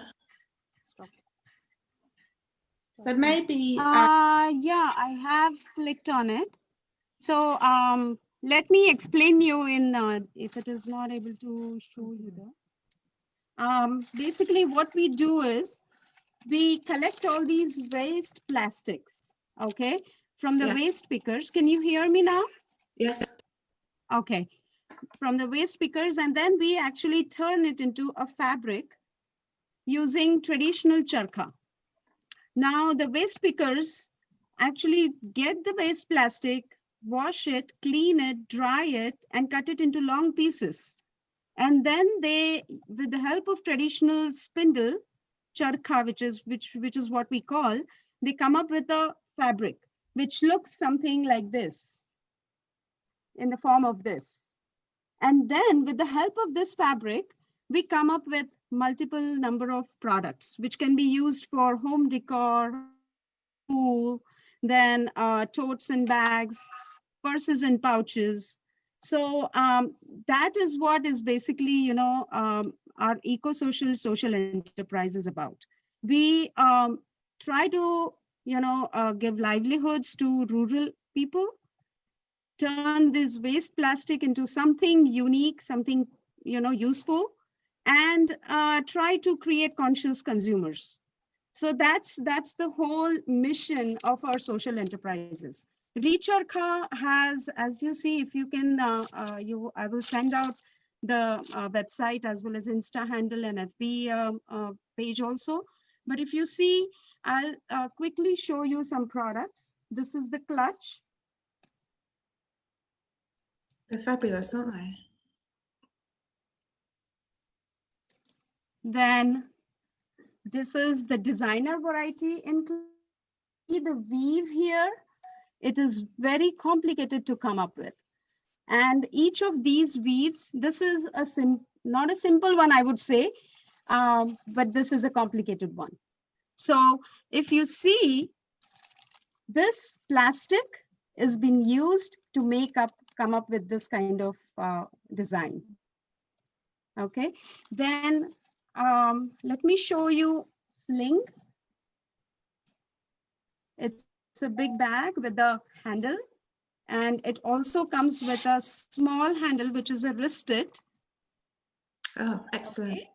And it has multiple varieties. If you go on recharka.org, the website, you'll be able to see all different colors.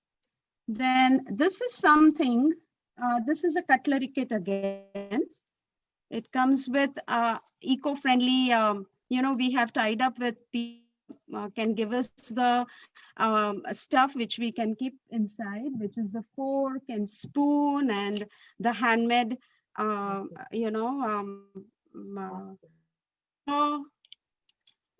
these things we can keep. So these all are again eco-friendly. And I want to show you something unique. If you can see this tape here, these are the old tapes, which I am sure nobody uses it anymore. But these are the tapes. We also have the cassette tapes, and these this is plastic. We don't use this, but this plastic we use and come up with, let me show you a product. Can you guess? This is a book cover. A book cover, yes. So I've again tied up with an eco-friendly person who provides us the handmade diary. So it comes with the handmade diary along with it. Brilliant. So we've got your website, that's on the reversethetide.com directory. But if you send me the little video that we couldn't seem to share for some reason, I'll add that to the directory listing as well. Sure. So can you ship to the UK? Yes. Yes, we actually, I was about to tell you, all these products are really excellent, really eco-friendly, and excellent for the eco shopping who are looking, who are conscious consumers and looking really to shop eco-friendly. So we actually ship all over India and outside of India too. So our products have gone to Australia, UK, and Singapore. So yes. If anywhere. We have, sorry. So that's perfect. You can ship anywhere. Yep. Fantastic. Can I just real quick check the video of our founder, Amita Deshpande, who has come up with this idea, and I can show it to you? If you can do it quickly, yes, we can. Sure. Can you see this, what I've shared? Can you see what we have shared? We can see your screen, but it's not opening. Stop share. It doesn't seem to want to do it. We're going to have to move on to the next. Okay. The next Okay. person, I'm afraid. But if you send it to me, I will see if I can open it and add it to the directory listing on the website. Sure. Thank you so much, Sally. Really appreciate you giving us this platform for showcasing our product and social enterprise. No, you're very welcome. It's really good to be able to share. So yep. Thank you so much. Great to meet you. Thank you so much. Thank you. Bye. Bye. Have a good time.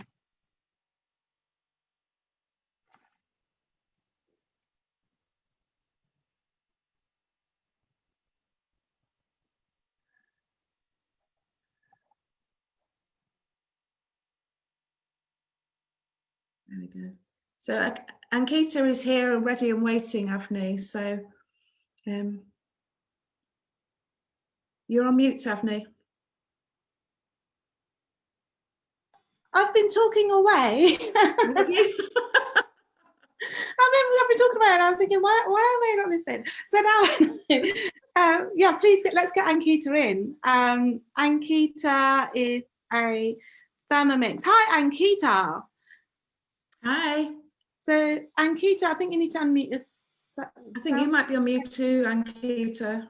So Ankita is a Thermomix advisor. That big machine is a Thermomix. And Ankita actually sold me my Thermomix, and that's how we got to know each other. And we've been firm friends ever since. And she's actually become a customer of mine as well. But we are friends as well. Ankita, hello. Indeed. How are you doing? Good. Really good. And you? Yeah, really good. I mean, first of all, before I even start telling everyone about the Thermomix, I just want to say what a fabulous event it's been so far. And thank you so much to you, Avni, and Sally for organizing this, because I think, I'm really passionate about, home cooking and eating well and, repurposing and reusing. And I think if no one else buys anything, I've got my coconut bowls. I know about Juice Plus. Rewind is included. I mean, it's so great to be amongst like-minded people. And I think that is just one of the great things about, all these businesses, is that we really do share the same ethos with each other. And I say that with almost like a little bit of a oh, I love eating healthy food and I'm not an alcoholic, but it's Christmas time, right? So I'm going to go completely out of the window and we're going to make some really fabulous treats today. And believe it or not, we're going to make 3 separate dishes in under 20 minutes. And while we're doing various different things, I will also, because there's going to be some cooking of chocolate where we're melting, I'll tell you about the Thermomix. But yes, I first became a Thermomix owner first and foremost when I just had a baby. She was about to start weaning and I was really interested in eating healthy, knowing what was going in the food, no salts, no sugars, no nasties. And I was introduced to this company, and we are all about direct selling.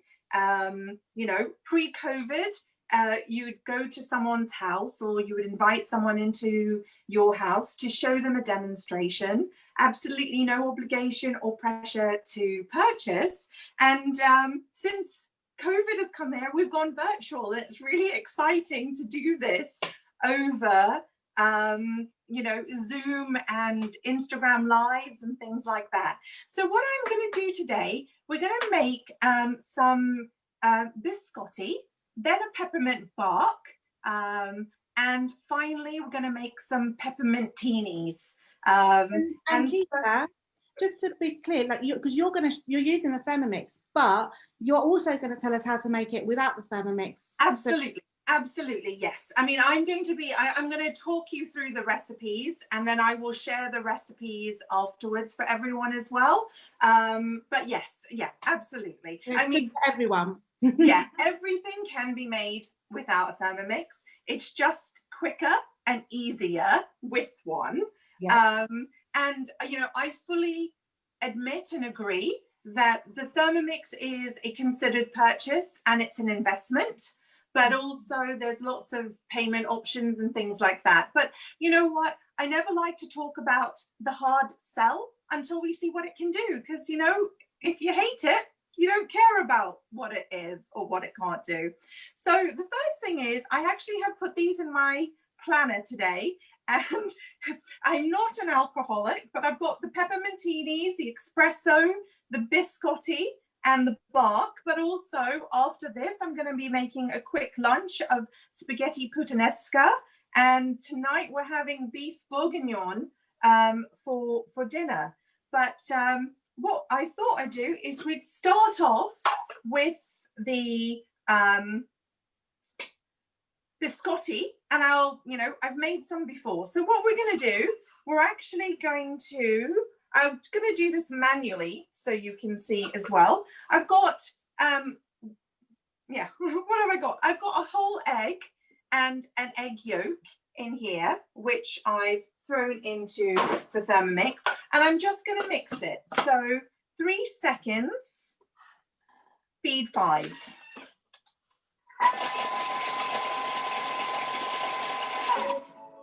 Just to whisk it up. Now, the other part of the Thermomix, it can weigh, but for the purposes of being quick, I've actually weighed everything in bowls before, and I now have 160 grams of caster sugar. So I'm going to put that in as well, and then I'm going to mix it again, speed 10 for 3 seconds. Now, the wonderful thing about this is, yes, you can use something else to do it. But you can see why this is, you know, so loved by domestic customers, but also chefs as well. So we now have the same amount of sugar, flour, and this is actually bread flour rather than plain or self-raising flour. Bread flour has extra gluten, so it's actually 5% more gluten than that. So we've got 160 grams of flour. I then have 120 grams of almonds, which I'm going to put in. And then I've got half a teaspoon of baking powder.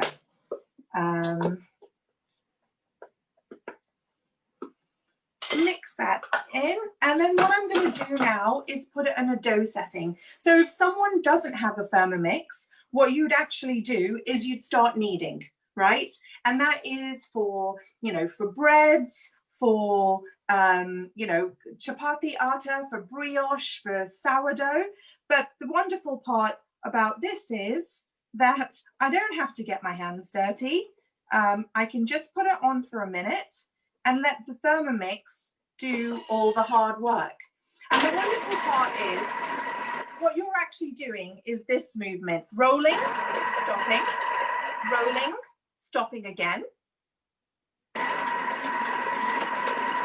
And then every 5 turns, it's actually flipping it over.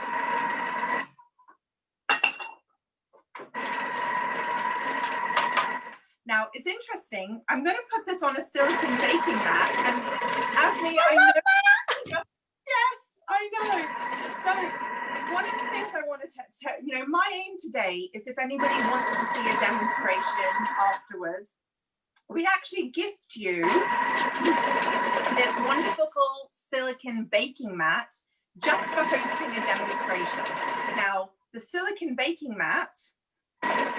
I'm going to cut in, Ankita. That silicone baking mat is well worth hosting a demonstration for, because I've texted Ankita once I got mine. I wasn't expecting it, by the way.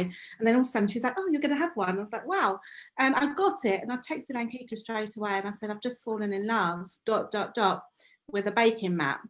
It's just amazing. These silicone baking mats are worth nearly £30. Obviously, it's branded Thermomix because, you know, I'm with Thermomix, but it can be used for baking.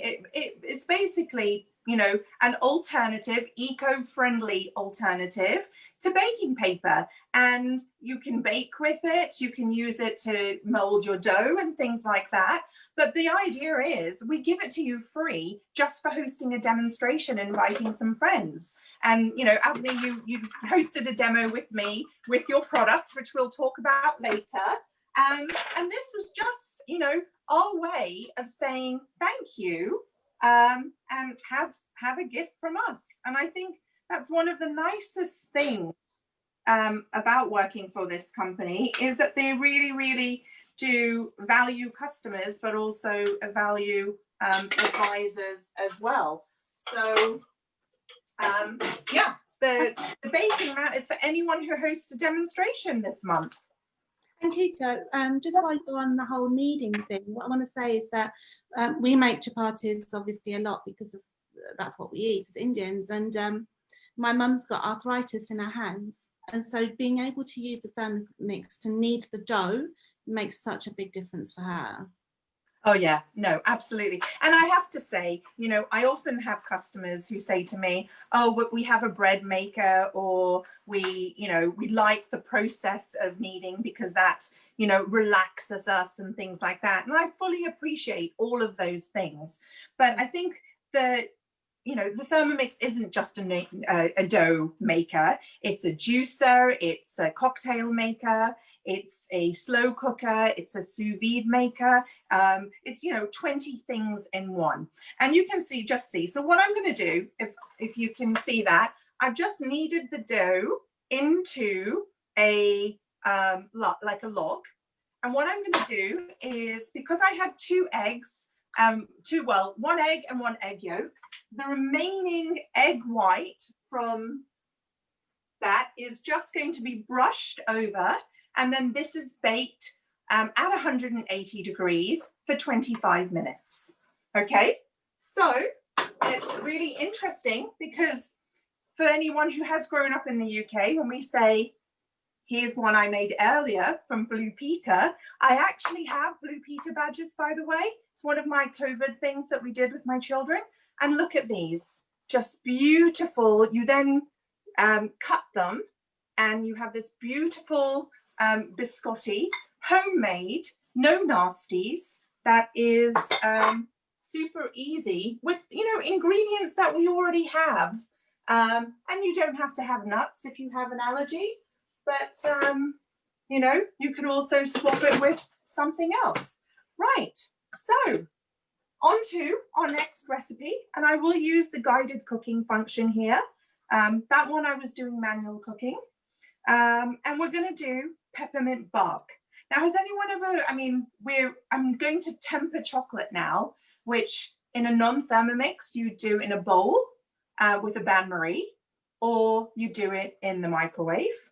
But because I can, I'm going to put it in the Thermomix to temper. And what we're going to do is we have 250 grams of chocolate callets, which can be bought in any supermarket. Costco does them, Amazon does them as well. And 250 grams. And we are now just going to melt it for 4 minutes at 37 degrees. And I'm just going to read the speed 2. So you're going to hear the gentle mixing of that. But what I'm going to talk about is why this is such a wonderful recipe to do. So 2 things. I'm actually going to use the chocolate to line some martini glasses. Okay, so we're just going to line the martini glasses that have been generously sponsored for me today by papersupplies.com, and I'll add that link onto it. And then we're going to just put this on with some candy canes as well. So that's going to be our starter for our cocktail. Then we're going to use the rest of the chocolate to make a peppermint bark. And what we're going to do is line, again, our silicone mat with the chocolate, sprinkle some crushed candy canes on it, and it's just going to be a really lovely after dinner treat if you think, you know, homemade chocolate, but homemade gifts as well. So, and because you have to put it in the fridge for an hour to set, I may have made one before as well. So there's a lot of treats in our house today. But do you have any questions, Avni, in the meantime? No, everyone's just saying that the Thermomix is great. Oh, wow. Okay. I so love we it. have some people who already know about Thermomix. We do. Nikki, who was on before, a couple of people before you knows it. Sally has a Thermomix. I do. I don't use it as much as I should, but I do have one. Oh, lovely. Rachel has one too. And Stephanie is saying, it sounds amazing. Stephanie, it's so amazing. Thank you for joining us, Stephanie. It's really lovely to have you on here. Yeah, no, it is. It is. It's, I mean, it's kind of one of those things that I think in Europe, you know, 1 in 4 people own a Thermomix. And in some of the countries, you know, even the poorer countries, dare I say it, like Portugal, where domestically and economically, they're not as wealthy as the UK.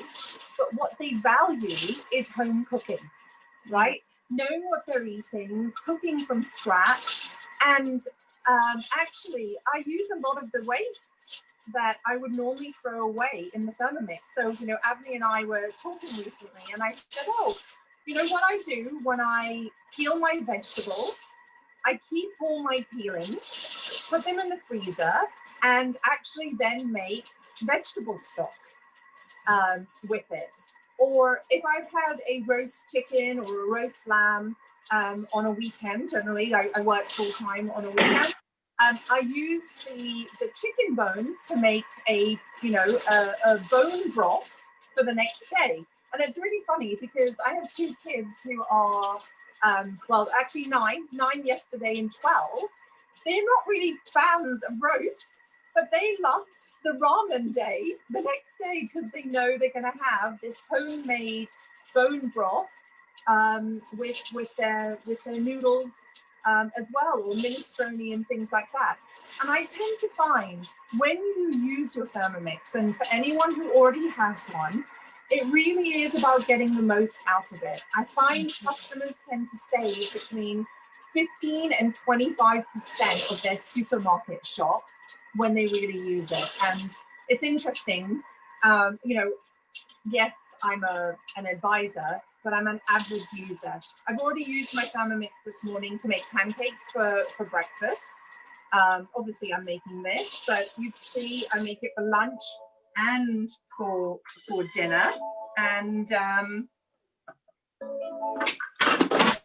use it all the time. Okay, so we're just going to scrape that down. And Keisha, just to let you know, we've only got a couple of minutes remaining of this segment. Okay, are we going to get to the peppermintinis? I hope so. Well, we've got another 10 minutes after that to cover my stuff, so I don't mind if we kind of do both at the same time. If you absolutely. Multitask. Yeah, it hasn't melted fully, so what I'm going to do is I'm going to put it at 50, and what we can do is, if you want, we could talk about you while it's cooking. Why don't we do that? Yeah, okay, let me. And the reason that we're doing it this way is because Ankita actually has used my products, and actually she just talked about the fact that we did a cook up together, didn't we? We did, and it was so much fun. So much fun. So it was really interesting, and if I don't mind, because I'm going to lead you, Avni, but I'll lead you into why we did it together. I have quite a large client base, and I'm doing all these lives, but sometimes it's just really boring for me to talk. And like you say, Avni was, a client of mine, and she makes her spices in her Thermomix. So I said to her, why don't we do a, event together? She sent me the Moroccan feast. And to be honest with you guys, the first thing I said, because we were going to make a Moroccan feast. It wasn't just like a little bit of food. It was supposed to be a feast. And I said to her, goodness me, Avni, there's just this really tiny kit for all the stuff we're going to do. And she said, well, trust me, we'll do it. And we didn't even rehearse, right? She said, open the box live and we will just cook. Yes, I had to get some vegetables, but it was any vegetables, and a can of tinned tomatoes. But as a cook, I was a little bit shocked at what, because normally you have hundreds of spices, you have garlic and onion and this, that, and the other that you need to grab. And I was like, I feel I don't have any ingredients out until we started. And Avni's meal kits were just amazing. Absolutely amazing. It's probably the best hummus I've ever had. And I lived in Lebanon, I lived in Saudi Arabia, so I know my, Arabic Mediterranean food, and she's got the spices spot on. And all the other flavors are great too. So Avni, tell us all about how you did this. Yeah, so I wanted to reduce food waste and packaging, and so I wanted to sell my products in like packets, so like portion sizes, so that's it, and it's compostable packaging. This is made of wood pulp, so portion size means there's no food waste, and packaging being compostable means that doesn't go to landfill. And as Ankita said, I wanted to try and make sure that you don't have all the faff, like you don't need to go and get your onion, your garlic, your ginger, you literally just use the ingredients, the main ingredients that you have. So when Ankita made the Moroccan feast, you just used vegetables, didn't you? Root vegetables. So usually in most of these types of kits, you would have to cook the onion and the garlic and the ginger and chop them. You didn't have to do any of that. So it's like a 10-minute prep, wasn't it? And I make this in the Thermomix, and literally get these spices. Some of them are already ground when you buy them. So most of them are whole. And so I use the Thermomix to grind them and also roast them, because as you can see, it heats as well. And so what you have as well is a load of spices that have already, the oil has already been released, which has got all the flavour, the oil within the spices. And so, Ankita, you probably noticed that the flavour was already there. Yeah, absolutely, absolutely. And that's what you made. You made the tagine, which was just mix it with vegetables, put it in the Thermomix or into a saucepan and put it in the oven. I made the falafel, didn't I? Yes, you did. But But then I made them afterwards, and they were just great. And I have to say this. I mean, we're live, but we're honest. The reason I didn't want to make the falafel is because I don't really like falafel. But I thought, let me make them anyway, because I want to be true to this. And again, the flavors were spot on. It's like restaurant quality food made at home. That's so nice to hear. And it's also really healthy because the reason that they're all dry is because I don't want to add the oil and stuff. It's for you to add as much oil as you want. And actually with the falafel, you can, what do you call it, Ankita? Oh, make it quinelling. Quinelling. Yes.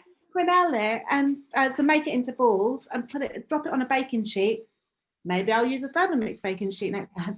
And you can bake them and just brush them over with oil, whereas falafel are usually deep fried, so they can be quite stodgy, but and they still have the crunch even though they've been baked because of the way that I've ground the chickpeas so that they still have a bit of texture. And that's all in the Thermomix. And the other thing that I do with Thermomix is this energy balls, which that's all the you've got raisins, currants, sultanas, dates, cocoa, and I think I've forgotten something, but so there's so much that you can, that I make. And I also have got a Christmas cake kit at the moment, which I don't think you've tried, Ankita, but it's pretty good. It's a Jamaican style Christmas cake. Oh, wow. Okay, so that has now all melted. So have a look at that. Beautifully melted and also tempered. And what we're going to do is we're just going to spread this out onto the another silicone baking mat, and then just spread it out, but we'll also make the cocktails at the same time. So my experience with people who don't cook or can't cook is they use companies like, HelloFresh or Able and Cole, who also do recipe packs. But what I find from my customer base is that they often don't have enough of the products, or they're not giving you the exact quantities. So they'll always have 100 grams extra of rice, or they'll give them a spice packet, but they haven't used all of it. And what I really loved about yours was you've portioned the products really, really well. And so your kit for 2 people really was 2 people, or your kit for 4 really was for 4, which I really liked. Okay. Yeah, so I'm not giving you all the extra ingredients, like as you say, rice. Most people have a bit of rice in the cupboard. So I'm going to give you we've only got about really 2 or 3 minutes to wrap up. Done. I'm totally done. Okay. Right. So what we have is the chocolate, which is there. Oops. I've got my martini glass here.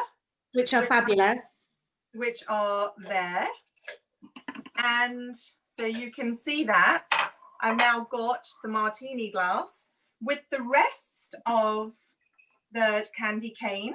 I'm going to put it here on the bark, and this is going to chill now for an hour. But the beautiful part is I've made some before, and you can see I've then just added some white chocolate, and basically this will be broken into chards to actually give people a little, it's kind of like After 8, but a higher quality After 8. And now all we're going to do is make the martini, and that literally takes 20 seconds. Okay, so back to my recipes.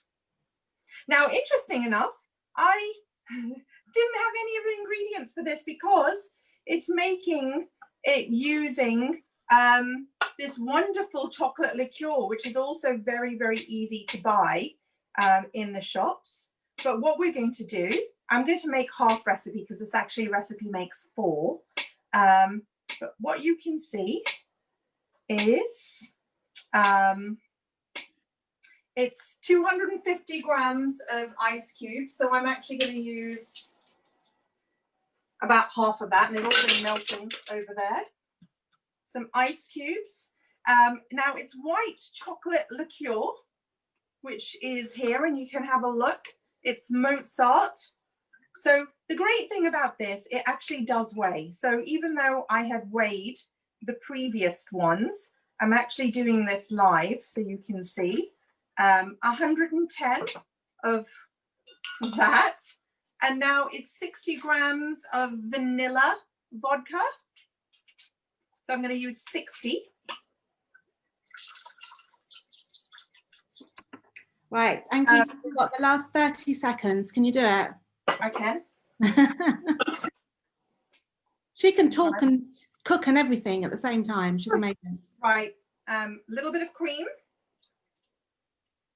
which is 60. There you go. Some peppermint extract. Yeah. Right. And now we're just going to mix 10 seconds, speed 1. And can you make your way to me so we can share it? I know.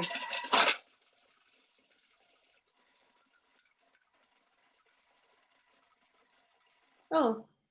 I have a friend who actually wanted to come round and drink them. I will put oh my God. Yes, you really do want to come. Look at that. Delicious. Right, Ankita, thank you so much for this. It's been absolutely amazing. And thanks for interviewing me as well. And just in time, we've got the cheers there. Brilliant. Thank you so much. My pleasure. Oh, yum. Put your links in the chat, and also I know that you've updated Sally's directory and the document. So this is really good. I'm not going anywhere this afternoon. Take care. Okay, if you could just let us have the recipes, that would be great. Thank you. Bye. Bye. Right. Thanks, That was Sally. fantastic. It's brilliant. So we did me and Ankita at the same time. So next up, we've got Karen. And Karen, really inspirational. She's got her own marketplace that she's put together to help eco-friendly producers to get them products out there. So it's, I suppose, I don't know if she wants me to say this, but it's a bit like an Etsy for eco-friendly producers. Is she coming on? Hi, Karen, you're muted. Oh, sorry about that. Technology. Oh, hello, Karen. I can't believe how on time you are. How great is that? I can't believe how on time everybody is. I'm a bit of a stickler. Yeah, back in the whip. That's fab. Well, I've only got 5 minutes, haven't I? So I better be quick.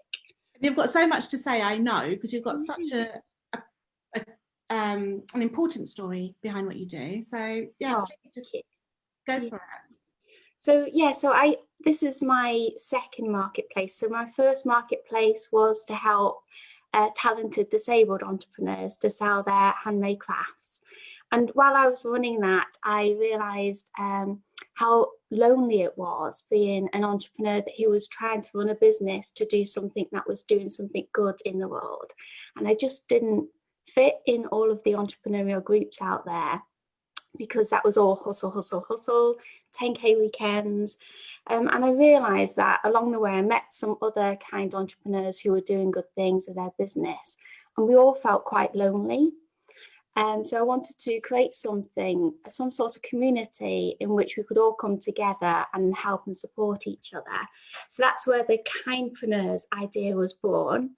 And obviously, because I've already run a marketplace with Conscious Crafties, it was fairly easy for me to set up to create a marketplace to help lots of other kind businesses to sell their products, but also have a community And my dog's crying at me here. So what I'd like to do, can I share my screen? I can, can't I? I think Sally's in Yeah. control. Yeah, just let me, Okay. I should. Oh, thank you. Going to give me the power. Yes, you should be able to now. Okay, let me see. There we go. Right, ignore all the tabs I've got open, but this is the beautiful website. So this is Kindpreneurs, and what you'll find is on the website, it talks a little bit about what Kindpreneurs are, but also goes into our values. So we've got lots of different values here, 9 values. One of them, of course, is earth friendly. Another is animal welfare. So you'll find vegan products on here, things against animal cruelty, ethical and fair, things that reduce poverty, products on there that give back in some way. So we've got a lot of people who do buy one, give one campaigns. So if you buy something, they give something to somebody in need. Of course, kindness is one of our values, and communities, diversity, and also mental health as well. So any products or services that help support any of these values are likely to be able to get a shop on Kindpreneurs. So I'm just going to stop sharing my screen now. I'm going to get a shop on Kindpreneurs as well. You are, yeah. I just haven't done it because I've been busy doing this. And I'm going to have to also, sorry, I've only allocated 5 minutes to you, and that's an error on my part. So what if we can get through this a bit quicker than I'd hoped, but then I'll feature you in my newsletter so that everybody can. Yeah, I'll just quickly go through a couple of the products then. So what we've got is, this is, you know, I hate to have favourites, but I really love these. So these are affirmation cards for children. So I think on Facebook Live, everything turns it the opposite way for time. Oh, is it fine? Oh, fabulous. Okay. So these are created by a kindpreneur called Narelle. And what she did, she has a daughter who has a brain injury. And she has to have lots of operations, and she wanted to find a way for her daughter to be able to communicate how she was feeling. So Narelle created a child journal initially, and that's on Kindpreneurs, and that's beautiful. And then she's expanded her range. So these are the child affirmation cards to help children feel a bit more self-assured and confident about themselves. So we've got, and of course, all of these are sustainable materials. We've got things like, I am loved, I am kind, I am brave, I can do anything. And there's lots of different cards here, and I bought some for my goddaughter. And then what we have is, there's over 300 products on there, but this is an Eco Warriors game made by Cherie. And inside it's jam-packed with lots of different games for children to understand how they can take care of their planet. And I just absolutely love that. And then what we've got is, we've got the kindness kits, and there's 4 different ones currently. So in here are lots of different kind and thoughtful gifts that you can either have for yourself, or each one can also be re-gifted to somebody else. So I always put together, you know, little happy parcels for friends and things. So what we have is, you know, mindful colouring in postcards, you know, that you can send off to friends. You can have, there's also, I love this. I mean, this is £8 on its own. This is a grounding techniques little metal card that you can put in your wallet. So especially useful for people who have panic attacks, to help them ground and feel safe and secure. And of course, this can be gifted. So I'll be gifting this to a friend as well. And what Laura does is these kindness kits, all of the money raised goes towards the Kindness Community, which is a community interest company. And what that does is all the money goes into that, and then that helps spread kindness around the world. So for every 10 kindness kits bought, we will send one out to a person in need. So you can nominate different people who really deserve a kindness kit. That's really fantastic. Also, the top I'm wearing, I actually bought this. This is made in a renewable energy factory, and it's also organic cotton, and that's designed, all of the designs on the tops are kindness related, and these can be bought on Kindpreneurs, and they're just so cozy, so cozy. Very nice. Yeah. Right, that's fantastic. I really love the way that you you know, you're bringing together people for the right reason, and Yeah. you also have a community, it's a Facebook group for the Kindpreneurs, and that's you know, I was struck by how much people really care about doing the right thing, and it is quite a close community, I would say. Yeah, I mean, we're still young. We only launched in August, but going by the growth of conscious crafties, hopefully this will be really big. And what Kindpreneurs allows customers to do is buy from all these mission-focused businesses all in one place. So you only have to put your credit card details in once, and you can buy off multiple sellers. Yeah. And we've got 60 so far, but hopefully we'll have hundreds very soon. So like we really need people to support this, and if whoever's watching, please share. If you're watching on replay, please share this event, and let's get the word out as much. Yeah, and thanks so much, Anthony and Sally. Thank you. Thank you. Sorry, go on, Sally. No, it's just fascinating. It's really good. And just remind us of your website. Again, it's on the reversethetide.com directory, but just remind us here. So Kindpreneurs. So Kindpreneurs. It's a little trademark term that I've used to encompass what all these mission-focused businesses are. Fantastic. Yeah, thanks. And Karen's always really supportive with all the people that are on our marketplace as well. So yeah, go and look her up, and share the link here, put it on, it's on the directory so people can go back later on and grab that link. Thank you, Karen. It's really lovely. You're welcome. Take care. Bye. Bye. Thank you. Bye. Right, so it's my fault. I only allocated 5 minutes to Karen, but that's fine because we have extra time. We do have an extra 15 minutes at the end, so we can run 5 minutes behind schedule. The next person that's going to tell us all about what they do is Sally, our very own Sally. Thank you. So yeah, tell us. I've been mentioning it on and off all the way through, really. So my business is called Reverse the Tide. It's called Reverse the Tide because I like the beach and the sea, hence the colours of the logo, and also reverse being different to everyone else, going in the opposite direction. It originally started because it was the title of a magazine, which is now changed, but Reverse the Tide has become sort of environmental, eco-friendly recycling, which started with a pair of flip-flops, which are on the website. If I share my screen on the website, I will do that. I will find it in just a moment. So the flip-flops were designed by a friend of mine, and we just posted them on social media like you do, and everybody went a bit mad about the logo and wanted to know where they could buy the flip-flops, basically, which was a bit mad at the time.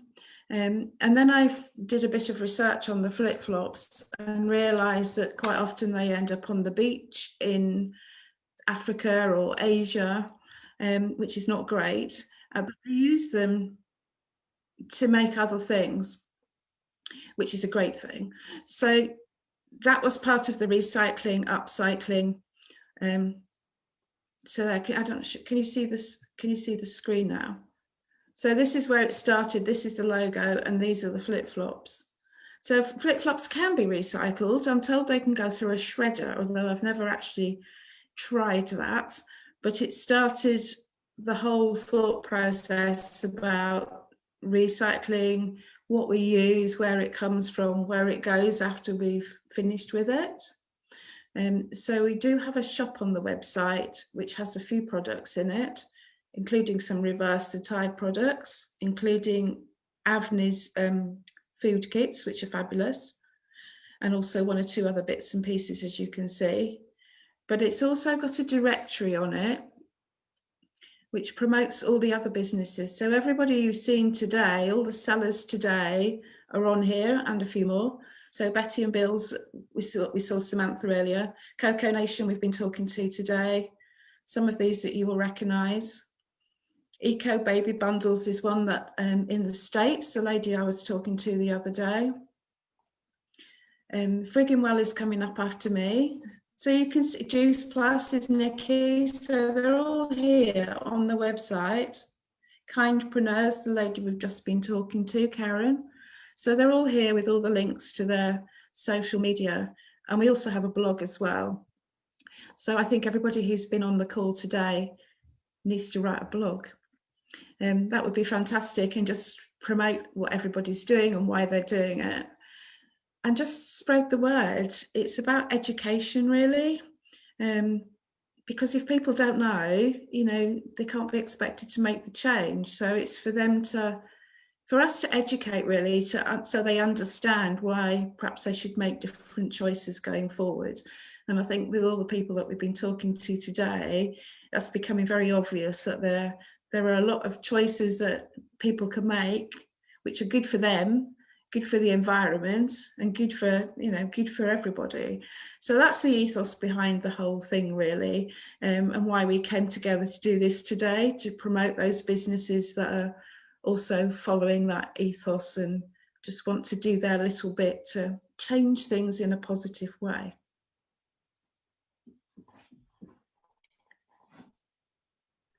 Sorry, I was muted.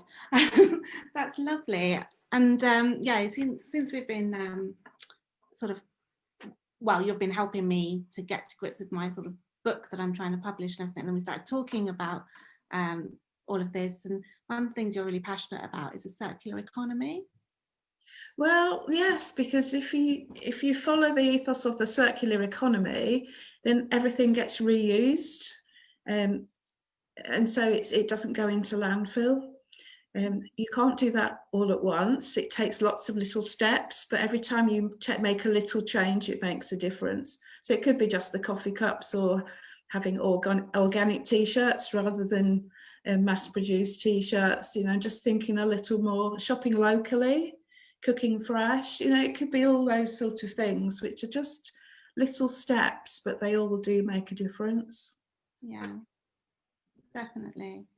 And I like what you're trying to do. You're trying to bring together a community of people that care about this. And the marketplace that you've set up is really, you know, it's not about it being a marketplace. It's about giving people a platform to be able to. Just sharing and promoting businesses, which is what I do in my other business. It's all about, you know, sharing information and promoting each other. And that's the whole message behind it, really, that we all need each other. We can't do this on our own. Whatever your business is, you can't do it on your own. We need each other. And that's why we're doing this event, isn't it? Exactly, because it brings everyone together, and hopefully some of the people we've been talking to today will end up collaborating or doing different things, and or just at least talking to each other. You know, in one of the earlier conversations, you came up with some ideas for your food packaging and the seeds and different things. You know, that's when you start talking, that's what sparks the ideas, and it's great. That's where the, you know, collaborations come from. Absolutely. So our next guest is waiting. So shall we? Let's let her in. Let's let her in. So welcome, Claudia. Hi, Claudia. So Claudia is the one that I was telling you about, who makes sure that her suppliers use renewable energy. Hi, Claudia. I think you're on mute. You're on mute. Unmute yourself. Claudia's actually dialed in from Croydon, and that's important. Why is that important, Claudia? Because every single thing produced in Mindfulness Shower Set is done around Croydon, and we're supporting local economies here. Love it. Love it. Tell us what you're doing. Go on. What's your product? So Friggin' Well, generally the brand idea is to create something from things that you're already doing. So changing the daily activities that you're doing probably automatically and changing them into meaningful rituals. So my first product is mindfulness shower set, and it's transforming your daily shower into mindfulness practice. Yeah, and I've got my eye on I call it shower melt, but that's the wrong word for it. What is it? That's okay. Any word is good for it. I think you're talking about aromatherapy cubes or shower steamers. They are called many different things, but the goal of it is exactly the same. So you're putting the small cube in your shower on a side, so not under direct stream of water. And when they dissolve, they transform your bathroom into aromatherapy chamber. And that's what is attached in a mindfulness shower set, but you also can buy it separately in my refill shop. And it's so, have you got one? I don't suppose you've got, I didn't prep you. Yes. Can you give me? Because it's so beautiful. Yes, I will show you. Just give me one moment. But do what you were going to do. In the small box, yes. I'm throwing you off your own schedule. Do what you. That's all right. Oh yeah, I have the yellow one, which is in the morning mindfulness shower set. Look at that, how intricately carved it is. It's beautiful. Yes, and it's quite big as well, as you can see on my hand probably right now. So yes, they are done actually more in London than in Croydon, but they are from around as well, done by beautiful Sky, who is making them in her kitchen as well. And they should last you for at least 3 showers, so you can make this aromatherapy chamber quite a few times. That's beautiful. But that's not all. Go and tell us about the rest of the stuff in your kit. That's not all. So there are 2 different boxes depending on which goal you're choosing to go with. There's morning mindfulness shower set, and it's all about waking you up, getting the energy up, and getting you prepared for all the things you have on your to-do list on this day. So how to use this box and what does it include? So first and foremost, it includes a mindfulness technique for you to follow. So the technique is very mindfully written, so you can follow it step by step, and you can do it in every single shower. When you feel like you don't have time, you can just follow the shorter technique on the front as well. And to make you feel accomplished, you can give yourself a smile or a tick in our chart for every mindful shower you're doing. So it's really a habit tracker, so you can get used to it and do it on a daily basis, because that's how the habits are created. So that's the very important part of the mindful shower. Then in the morning shower, you will also find a lemon soap, and the aromatherapy cube are also include all the scents that wake you up. So it's lemon, grapefruit, and everything, rosemary, to get you really started in a day. The other thing for the soap, it's a hamsty. I'm calling it a hamsty because when you put the soap inside, it looks like a hamster's cheeks that are full of nuts. But you put your soap inside, then you can put it on your hand, and it just acts like a sponge, so the soap bar doesn't move and escape your hands. And it's also so soft and so beautiful that it just feels like hugs in a shower. Locally, isn't it? It's made locally as well, and it's made from vegan yarn, so you don't have to worry about the thing. And also this vegan yarn is dyed with Aquater water-safe dyes, which means when anything goes to your shower, it's absolutely safe for the ocean and for the water, even without filters. And at the end of the usage of it, you will see it will get quite stretched out or not very soft in touch anymore. I recommend cutting it in pieces. It's totally biodegradable, so put it in your compost as well. Don't put it in your bin because it will disappear completely, and that's the goal. And the last thing that is in the box is a loofah, also with a little handle, so to get this blood circulation going and get you really awake in the morning. The evening set is here, and it's just the opposite of morning set, really. It's all about relaxation, reducing anxiety, reducing tension, also improving your quality of sleep. So again, you will have this chart to track your progress and the mindfulness technique that goes with it. And in this set, you will see chamomile soap, which is actually very unusual because chamomile soap is really expensive to make. And aromatherapy cubes will include things like chamomile, lavender, and bergamot, and sweet orange. which will make, like, for me, it's like a perfect autumn smell that really makes you relaxed. And So that's your packaging actually is also eco-friendly, isn't it? Yes, those are called eco mailer boxes. So they are recyclable, and they can be recycled again. But all the time on my social media, I encourage all the users to reuse it in some way, because they are so beautiful. You can put your things in, your crafty things or other things, but also they are made in a size of a yoga block. So you can use it for your mindful exercises afterwards. I love that. I love that. So, Sally, did you have any questions? Just where can we find you? So do you have a website or?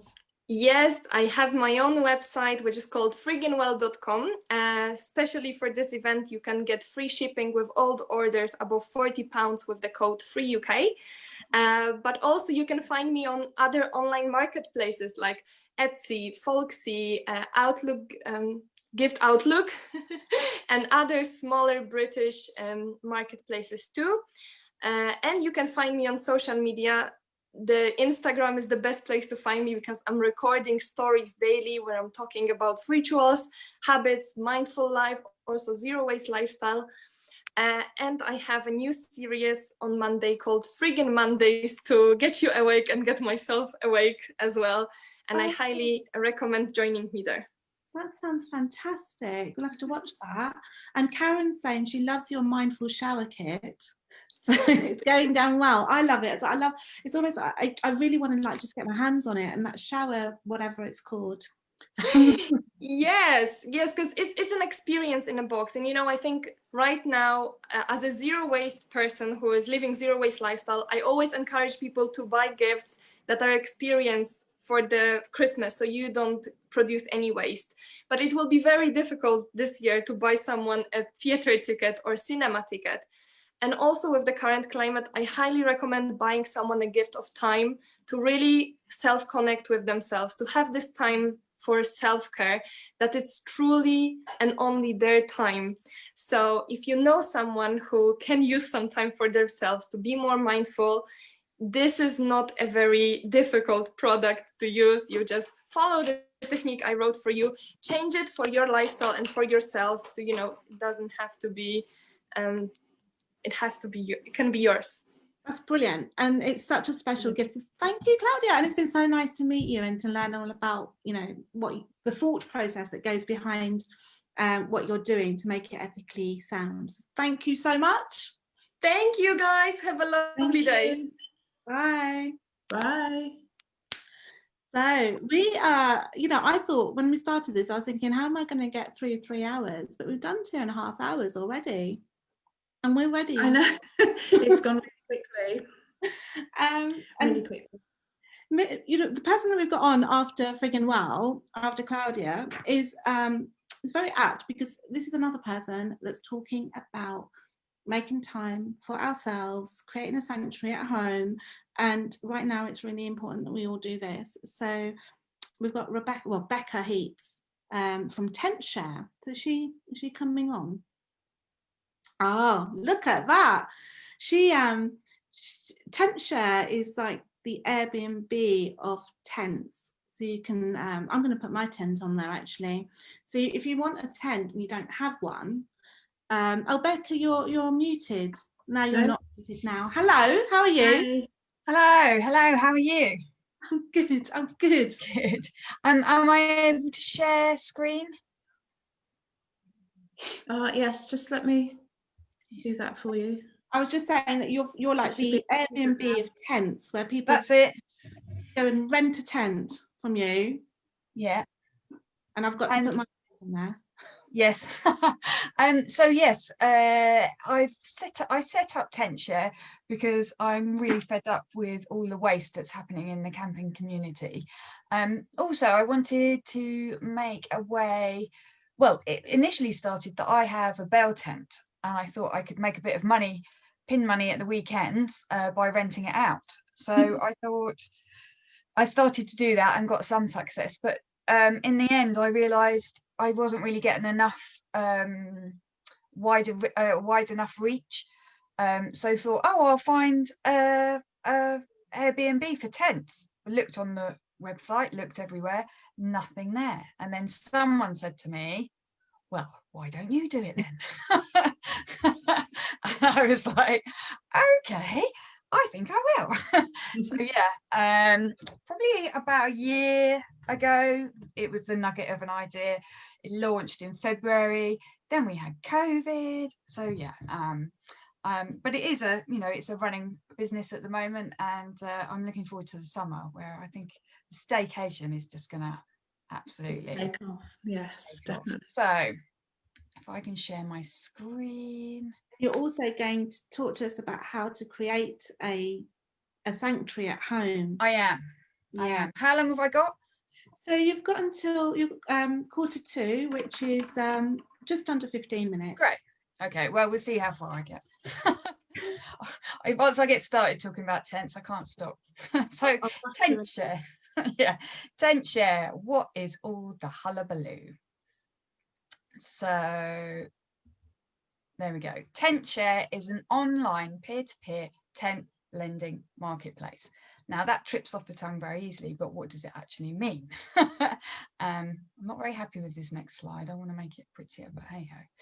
So if you're a tent owner, and you can see on the left there, there's 2 tents which are on the tent share website. You add your tent to the tent share website, and then if anyone would like to go camping, use a tent for whatever reason, which we'll talk about later, or wants a tent and don't have a tent, don't want to spend out a great expense on buying a tent, or we just want it for a weekend, then they can go onto the tent share website, look at the list of tents that are on there, and decide to rent one. You can some people will courier the tent to you, or you can pick one up from someone local. And then at the end, when you've finished using your tent, you can return it to the owner. And so no new tents have been produced or purchased in this transaction.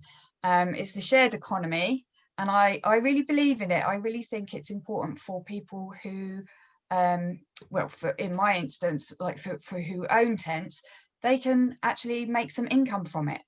And all the money doesn't go up to one big fat cat who's producing tents endlessly when they get thrown away. It's the money is shared evenly between everyone. So everyone's a winner, really. And you can see here I've put, you can do glamping, you can do family camping, wild camping.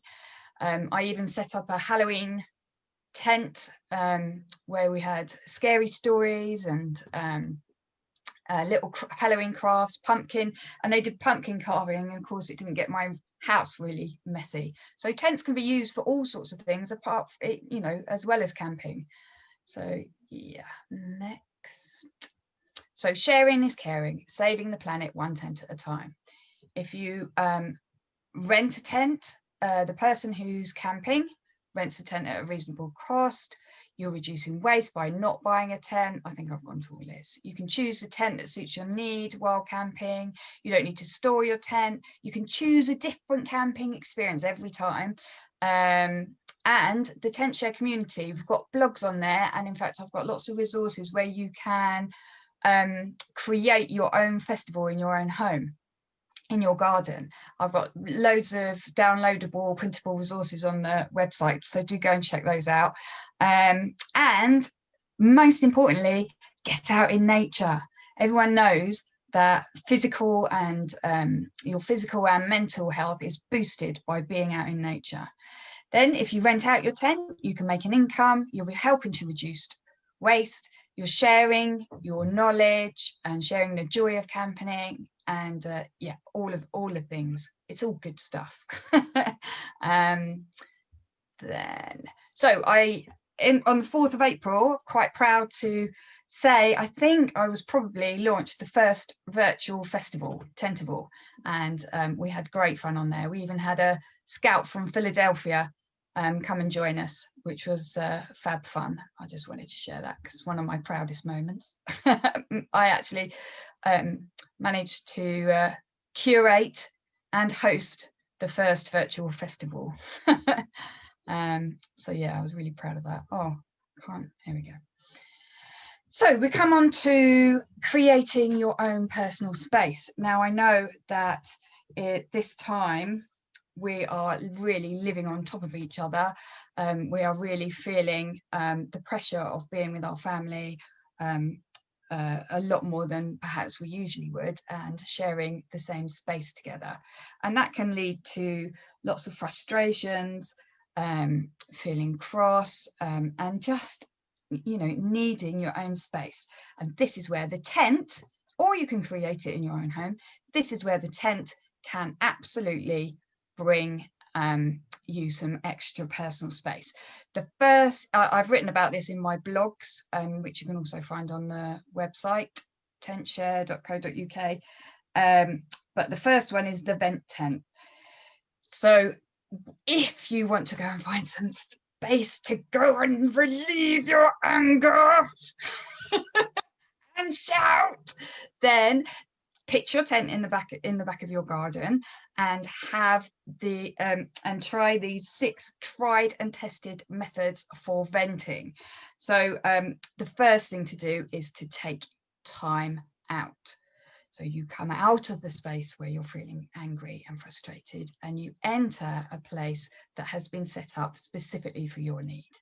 So in the tent I set up, you can see in there's a hot water bottle, there's blankets, pen and paper, tissue paper for having a little cry, and lots of warm, cozy, and surrounded in warm, cozy areas. So yeah, have a cry and a scream. There's a big cushion there which you can push onto your face and scream into. You've got your tissue. You can make yourself a little nest and have a snooze. Sometimes after a cry you need to have a little snooze and a little recover. Talk to someone, give your friend a call and have a lovely vent to them, tell them all the troubles in your world. Then write it all down. There's something called a brain dump, and it often makes you feel a lot better to get everything out onto a piece of paper and then rip it up and throw it away or burn it on the campfire, and you'll feel I can guarantee you'll feel much better after that. And then even if you may not feel like it, it might be nice time to sit and meditate, and we can talk about that a little bit more. Now, if you don't have a garden, not to worry, because you can create your own little den space inside, as Amanda has done. She joined me at the Tentable Festival and doesn't have a garden, so created her indoor tent. You can see it's cozy, and her dog, and she's got a little drinky there, I think, and her dog is having a lovely relax with her. So you can create your own space. She's just used blankets and lights and lots of warm, comfortable things to make it a very lovely area. The meditation tent. This is my favorite tent. So this, if you have a look inside there are lots. The really important thing about being in a tent is that it's taking you closer to your surrounding nature. It's taking you into the rhythms of nature and the rhythms of the earth. You're getting closer to the earth. You're getting closer to, you know, all those things. And this time, just being in the tent will be very restorative. But here are some tips for creating your own mindful meditation space. Colour is extremely important. Choose a colour that is calming for you, that you love. Muted colours often work very well, but you know what makes you feel calm and peaceful. Put that, you get the colour of the canvas already. So I've seen a pink tent and inside it was glowing. It was like being in a womb. It was absolutely beautiful. And then maybe if you have a blue tent, that's a very calming, serene. So use the colour of your tent already. You've already got a canvas. So use that and add the colours that you want. You want comfort. It is important to be warm and snuggly and cozy. So get your sheepskins, your blankets, and a hot water bottle the length of your body. I've bought this one for my daughters stocking present. And it is practically the length of her. Take that out with you. I'm a bit wary of time. Be careful you don't fall asleep. Have some hot chocolate. Take that out with you. Take some food. Also, lighting's very important. If you go out in the dark, it is absolutely glorious to have some fairy lights. It just makes the place feel so special and so magical. Yeah, and in the daytime, perhaps pitch your tent or sit where the sun is shining in onto your face. So you're getting your vitamin D and you're feeling the warmth of the sun. Scents are so personal. Lavender, chamomile, I know what frigging well we're talking about earlier, those beautiful scents. You can have some scents to revive you or to relax you. I usually try a little bit of lavender, and then it becomes a trigger because you have that scent every time you meditate. And then if you take that scent with you outside, you take it out of your bag, have a little smell, and that will be a trigger to your brain to calm yourself and to feel calm. And it will take you back to that moment where you're in your meditative state, in your lovely, cozy, womb-like tent. And then sound. If you live in a very busy area, you may want to take some earphones and play some beautiful natural music, or, well, there's so much out there on Spotify, absolutely. And if you have a quieter space, you might just want to listen to the nature and the birds, and but you choose, or download a meditation app. Becca, this is absolutely inspiring. I'm running out of time. You are, but you know, it's been absolutely amazing, like listening to all these tips. I knew, because we spoke before, and you started telling me when you said, oh yeah, you can put up a camp, you know, and make your own space. I was thinking, oh gosh, you know, I can't think of anything worse. But then you started telling me about it, and it was just, it sounds so lovely. Yeah, don't forget you can have campfire fun as well. It's absolutely wonderful because you're outside and you can invite your friends, as long as you stay within the rules and regulations of COVID. But outside you're a little bit free, aren't you? And enjoy company and community. That's so important. And lastly but not least, Santa's Grotto. And then you can find me at all these different places. So remember, don't forget, if you've got a tent, pop it on the tent chair ready to get renting in the summer. And if you don't own a tent, remember, tent share and rent a tent from us for your next staycation. I think staycations are going to be booming this year, because we've all discovered how wonderful our country is. The UK has got some beautiful sites, you know, and we're not using up our fuel flying, jet setting here, there and everywhere. It's eco-friendly. And it's a lovely, we always camp every year. I love it. So if you want any camping tips, I'm your person. Love it. I love it. Thank you so much, Becca. It's You're been welcome. brilliant. I'm loving the long water bottle as well. Yeah. And look, it's brilliant. And the idea of doing your tent up, and you know, fairy lights and all that kind of stuff. And yeah, this is brilliant. And now I just have to do it. And especially while we're not going out so much, you know, this is like an activity for the evening or for the day. Yeah. And the kids love it. You put a cover over a stick anywhere in the house, in the garden, whatever, put it over the table. The world has just become a brighter and better place for children. You can even say, go and do your homework in your tent, and they'll love it. So yeah, Becca, you've put some details up there. Make sure that, I mean, they're in the directory, Sally's directory, which you can get to through the links. And if you link through, and we'll keep in touch. It's been so nice to meet you and get to know you. Thank you. I love your tea. I want to know how you make your tea. I've received it, but I don't know what to do with it now. Oh, my feel good tea. Sally, do you mind if I explained? No, carry on. So I'm like a bit nervous of you trying it, because it's really got a kick to it, but I think it'll be great for when you're camping. Yeah. And it's got a bit of chili in it as well. So it's like a chai masala, but then it's got extra turmeric in it, because you know we all know the benefits of turmeric. And it's got some cocoa in it to make it a little bit earthy and grounding, and it's got a bit of chili in it. And I made it because I used to get loads of chest infections, and that was the only thing that really calmed me down inside. So all you need to do is put it in some boiling water, or put it in your cup, add the boiling water, or you can put it in the saucepan and boil it up for a bit. And if you want, you could add a dash of milk. If you want, you could add some honey. I just have it on its own, but you know, Lovely. whatever. And how much do you use? Like a teaspoon, a tablespoon? Don't use a teaspoon or a tablespoon. You'll blow your head off. Oh, this is why I'm asking. Just do a pinch. See how you feel. Yeah. With water? Yeah, just water. Amazing. Well, I'm looking forward to that. You can add some milk if you want, but just do a dash and then add more if you can take it, because the whole point was that I would drink it and it would just clear my airways. Yeah, lovely. Lovely. Oh, I'm looking forward to that. Thank you. That sounds perfect for campfire evening as well. Yes. Yeah. Sounds like we should all try that. Yeah.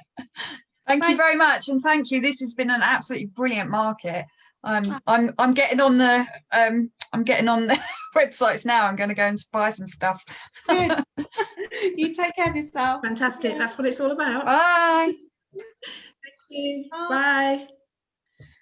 Gosh, Sally, we've done it. Come to the end. I can't believe it. Yeah. You're keeping Becca with us, are you? No, it's all right. I can't believe it either. What a marathon. Yes, it's been absolutely amazing. I can't believe we've done that for 3 hours. And but how amazing is that, showcasing all those fabulous businesses? And we need to do it again. Perhaps in the new year we can do it again. So if anybody's interested, then yeah, just get in touch and we'll put something together for the new year. That's a good idea, because people don't generally go out shopping in the new year and it's all a bit quiet. So it might be nice to do a little event like this again. Definitely. And support the small businesses. Well, yes. Now we know it works, which it does, and everybody's enjoyed it and had fun. It's been so heartwarming. It's been fabulous. So yeah, so thank you to absolutely everyone who's been involved, and to you for all your hard work behind the scenes. I know it doesn't all come together, you know, in 5 minutes, does it? And we've had a few phone calls and Zoom calls and bits and pieces, but and I've sent a few links out that were wrong. I'm sorry, everybody. It's a bit of a learning curve, isn't it, for all of us? So yeah, we just need to get our, yes. We just need to get our process in place, and then we can do it all over again. So it's always easier the second time round. You learn from the first time, don't you? So and we've got some amazing people that want to come on board, but we just didn't have space. I mean, you know, we stuck to the schedule, but it was you know, everyone had did very well with the schedule actually in the end, so that was good. Yeah, but we had to say Dragon's Den contestant wanted to come on board. He's been really helpful to me. All these people, Sally, all these eco-friendly people are really helpful, you know? Yes, but that's part of what being an eco-friendly, environmentally friendly kind of business is all about, isn't it? That's just part of it, and it attracts those sorts of people as sellers and buyers.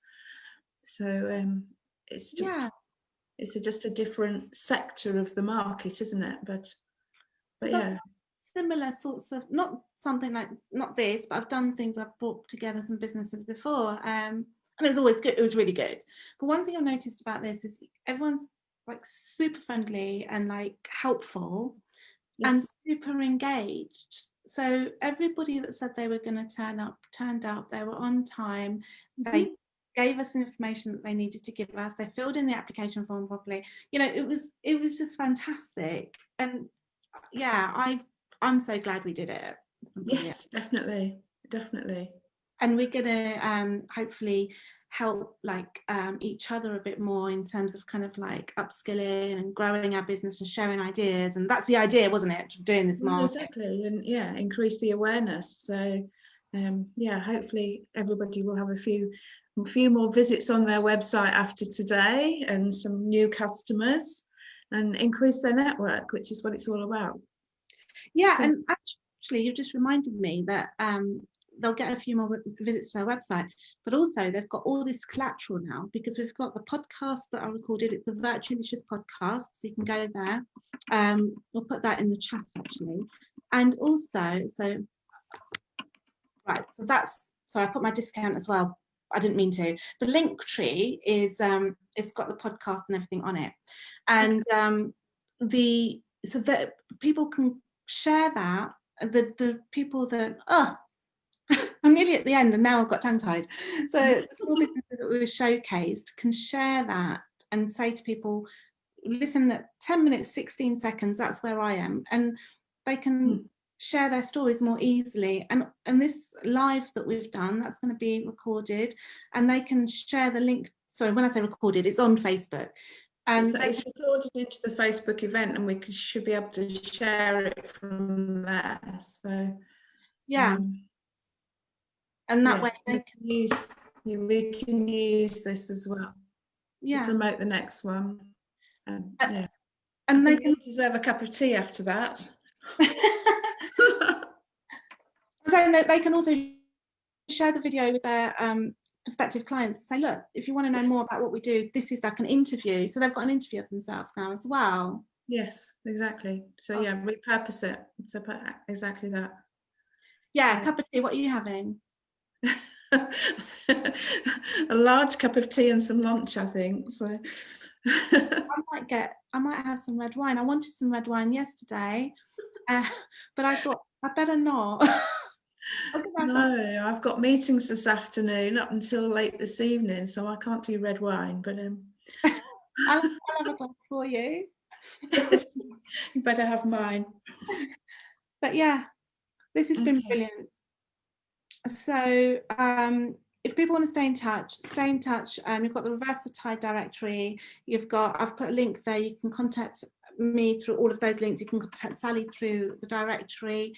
And if you want to put another link in the Facebook, you know, we want to keep in touch. We want to support small businesses. If you know about an eco-friendly small business, send them our way so that we can link them up and we can all learn from each other and help each other. Exactly that. So yeah, fantastic. Well done. And we'll catch up soon. We will. Merry Christmas, everyone. Bye-bye. Bye.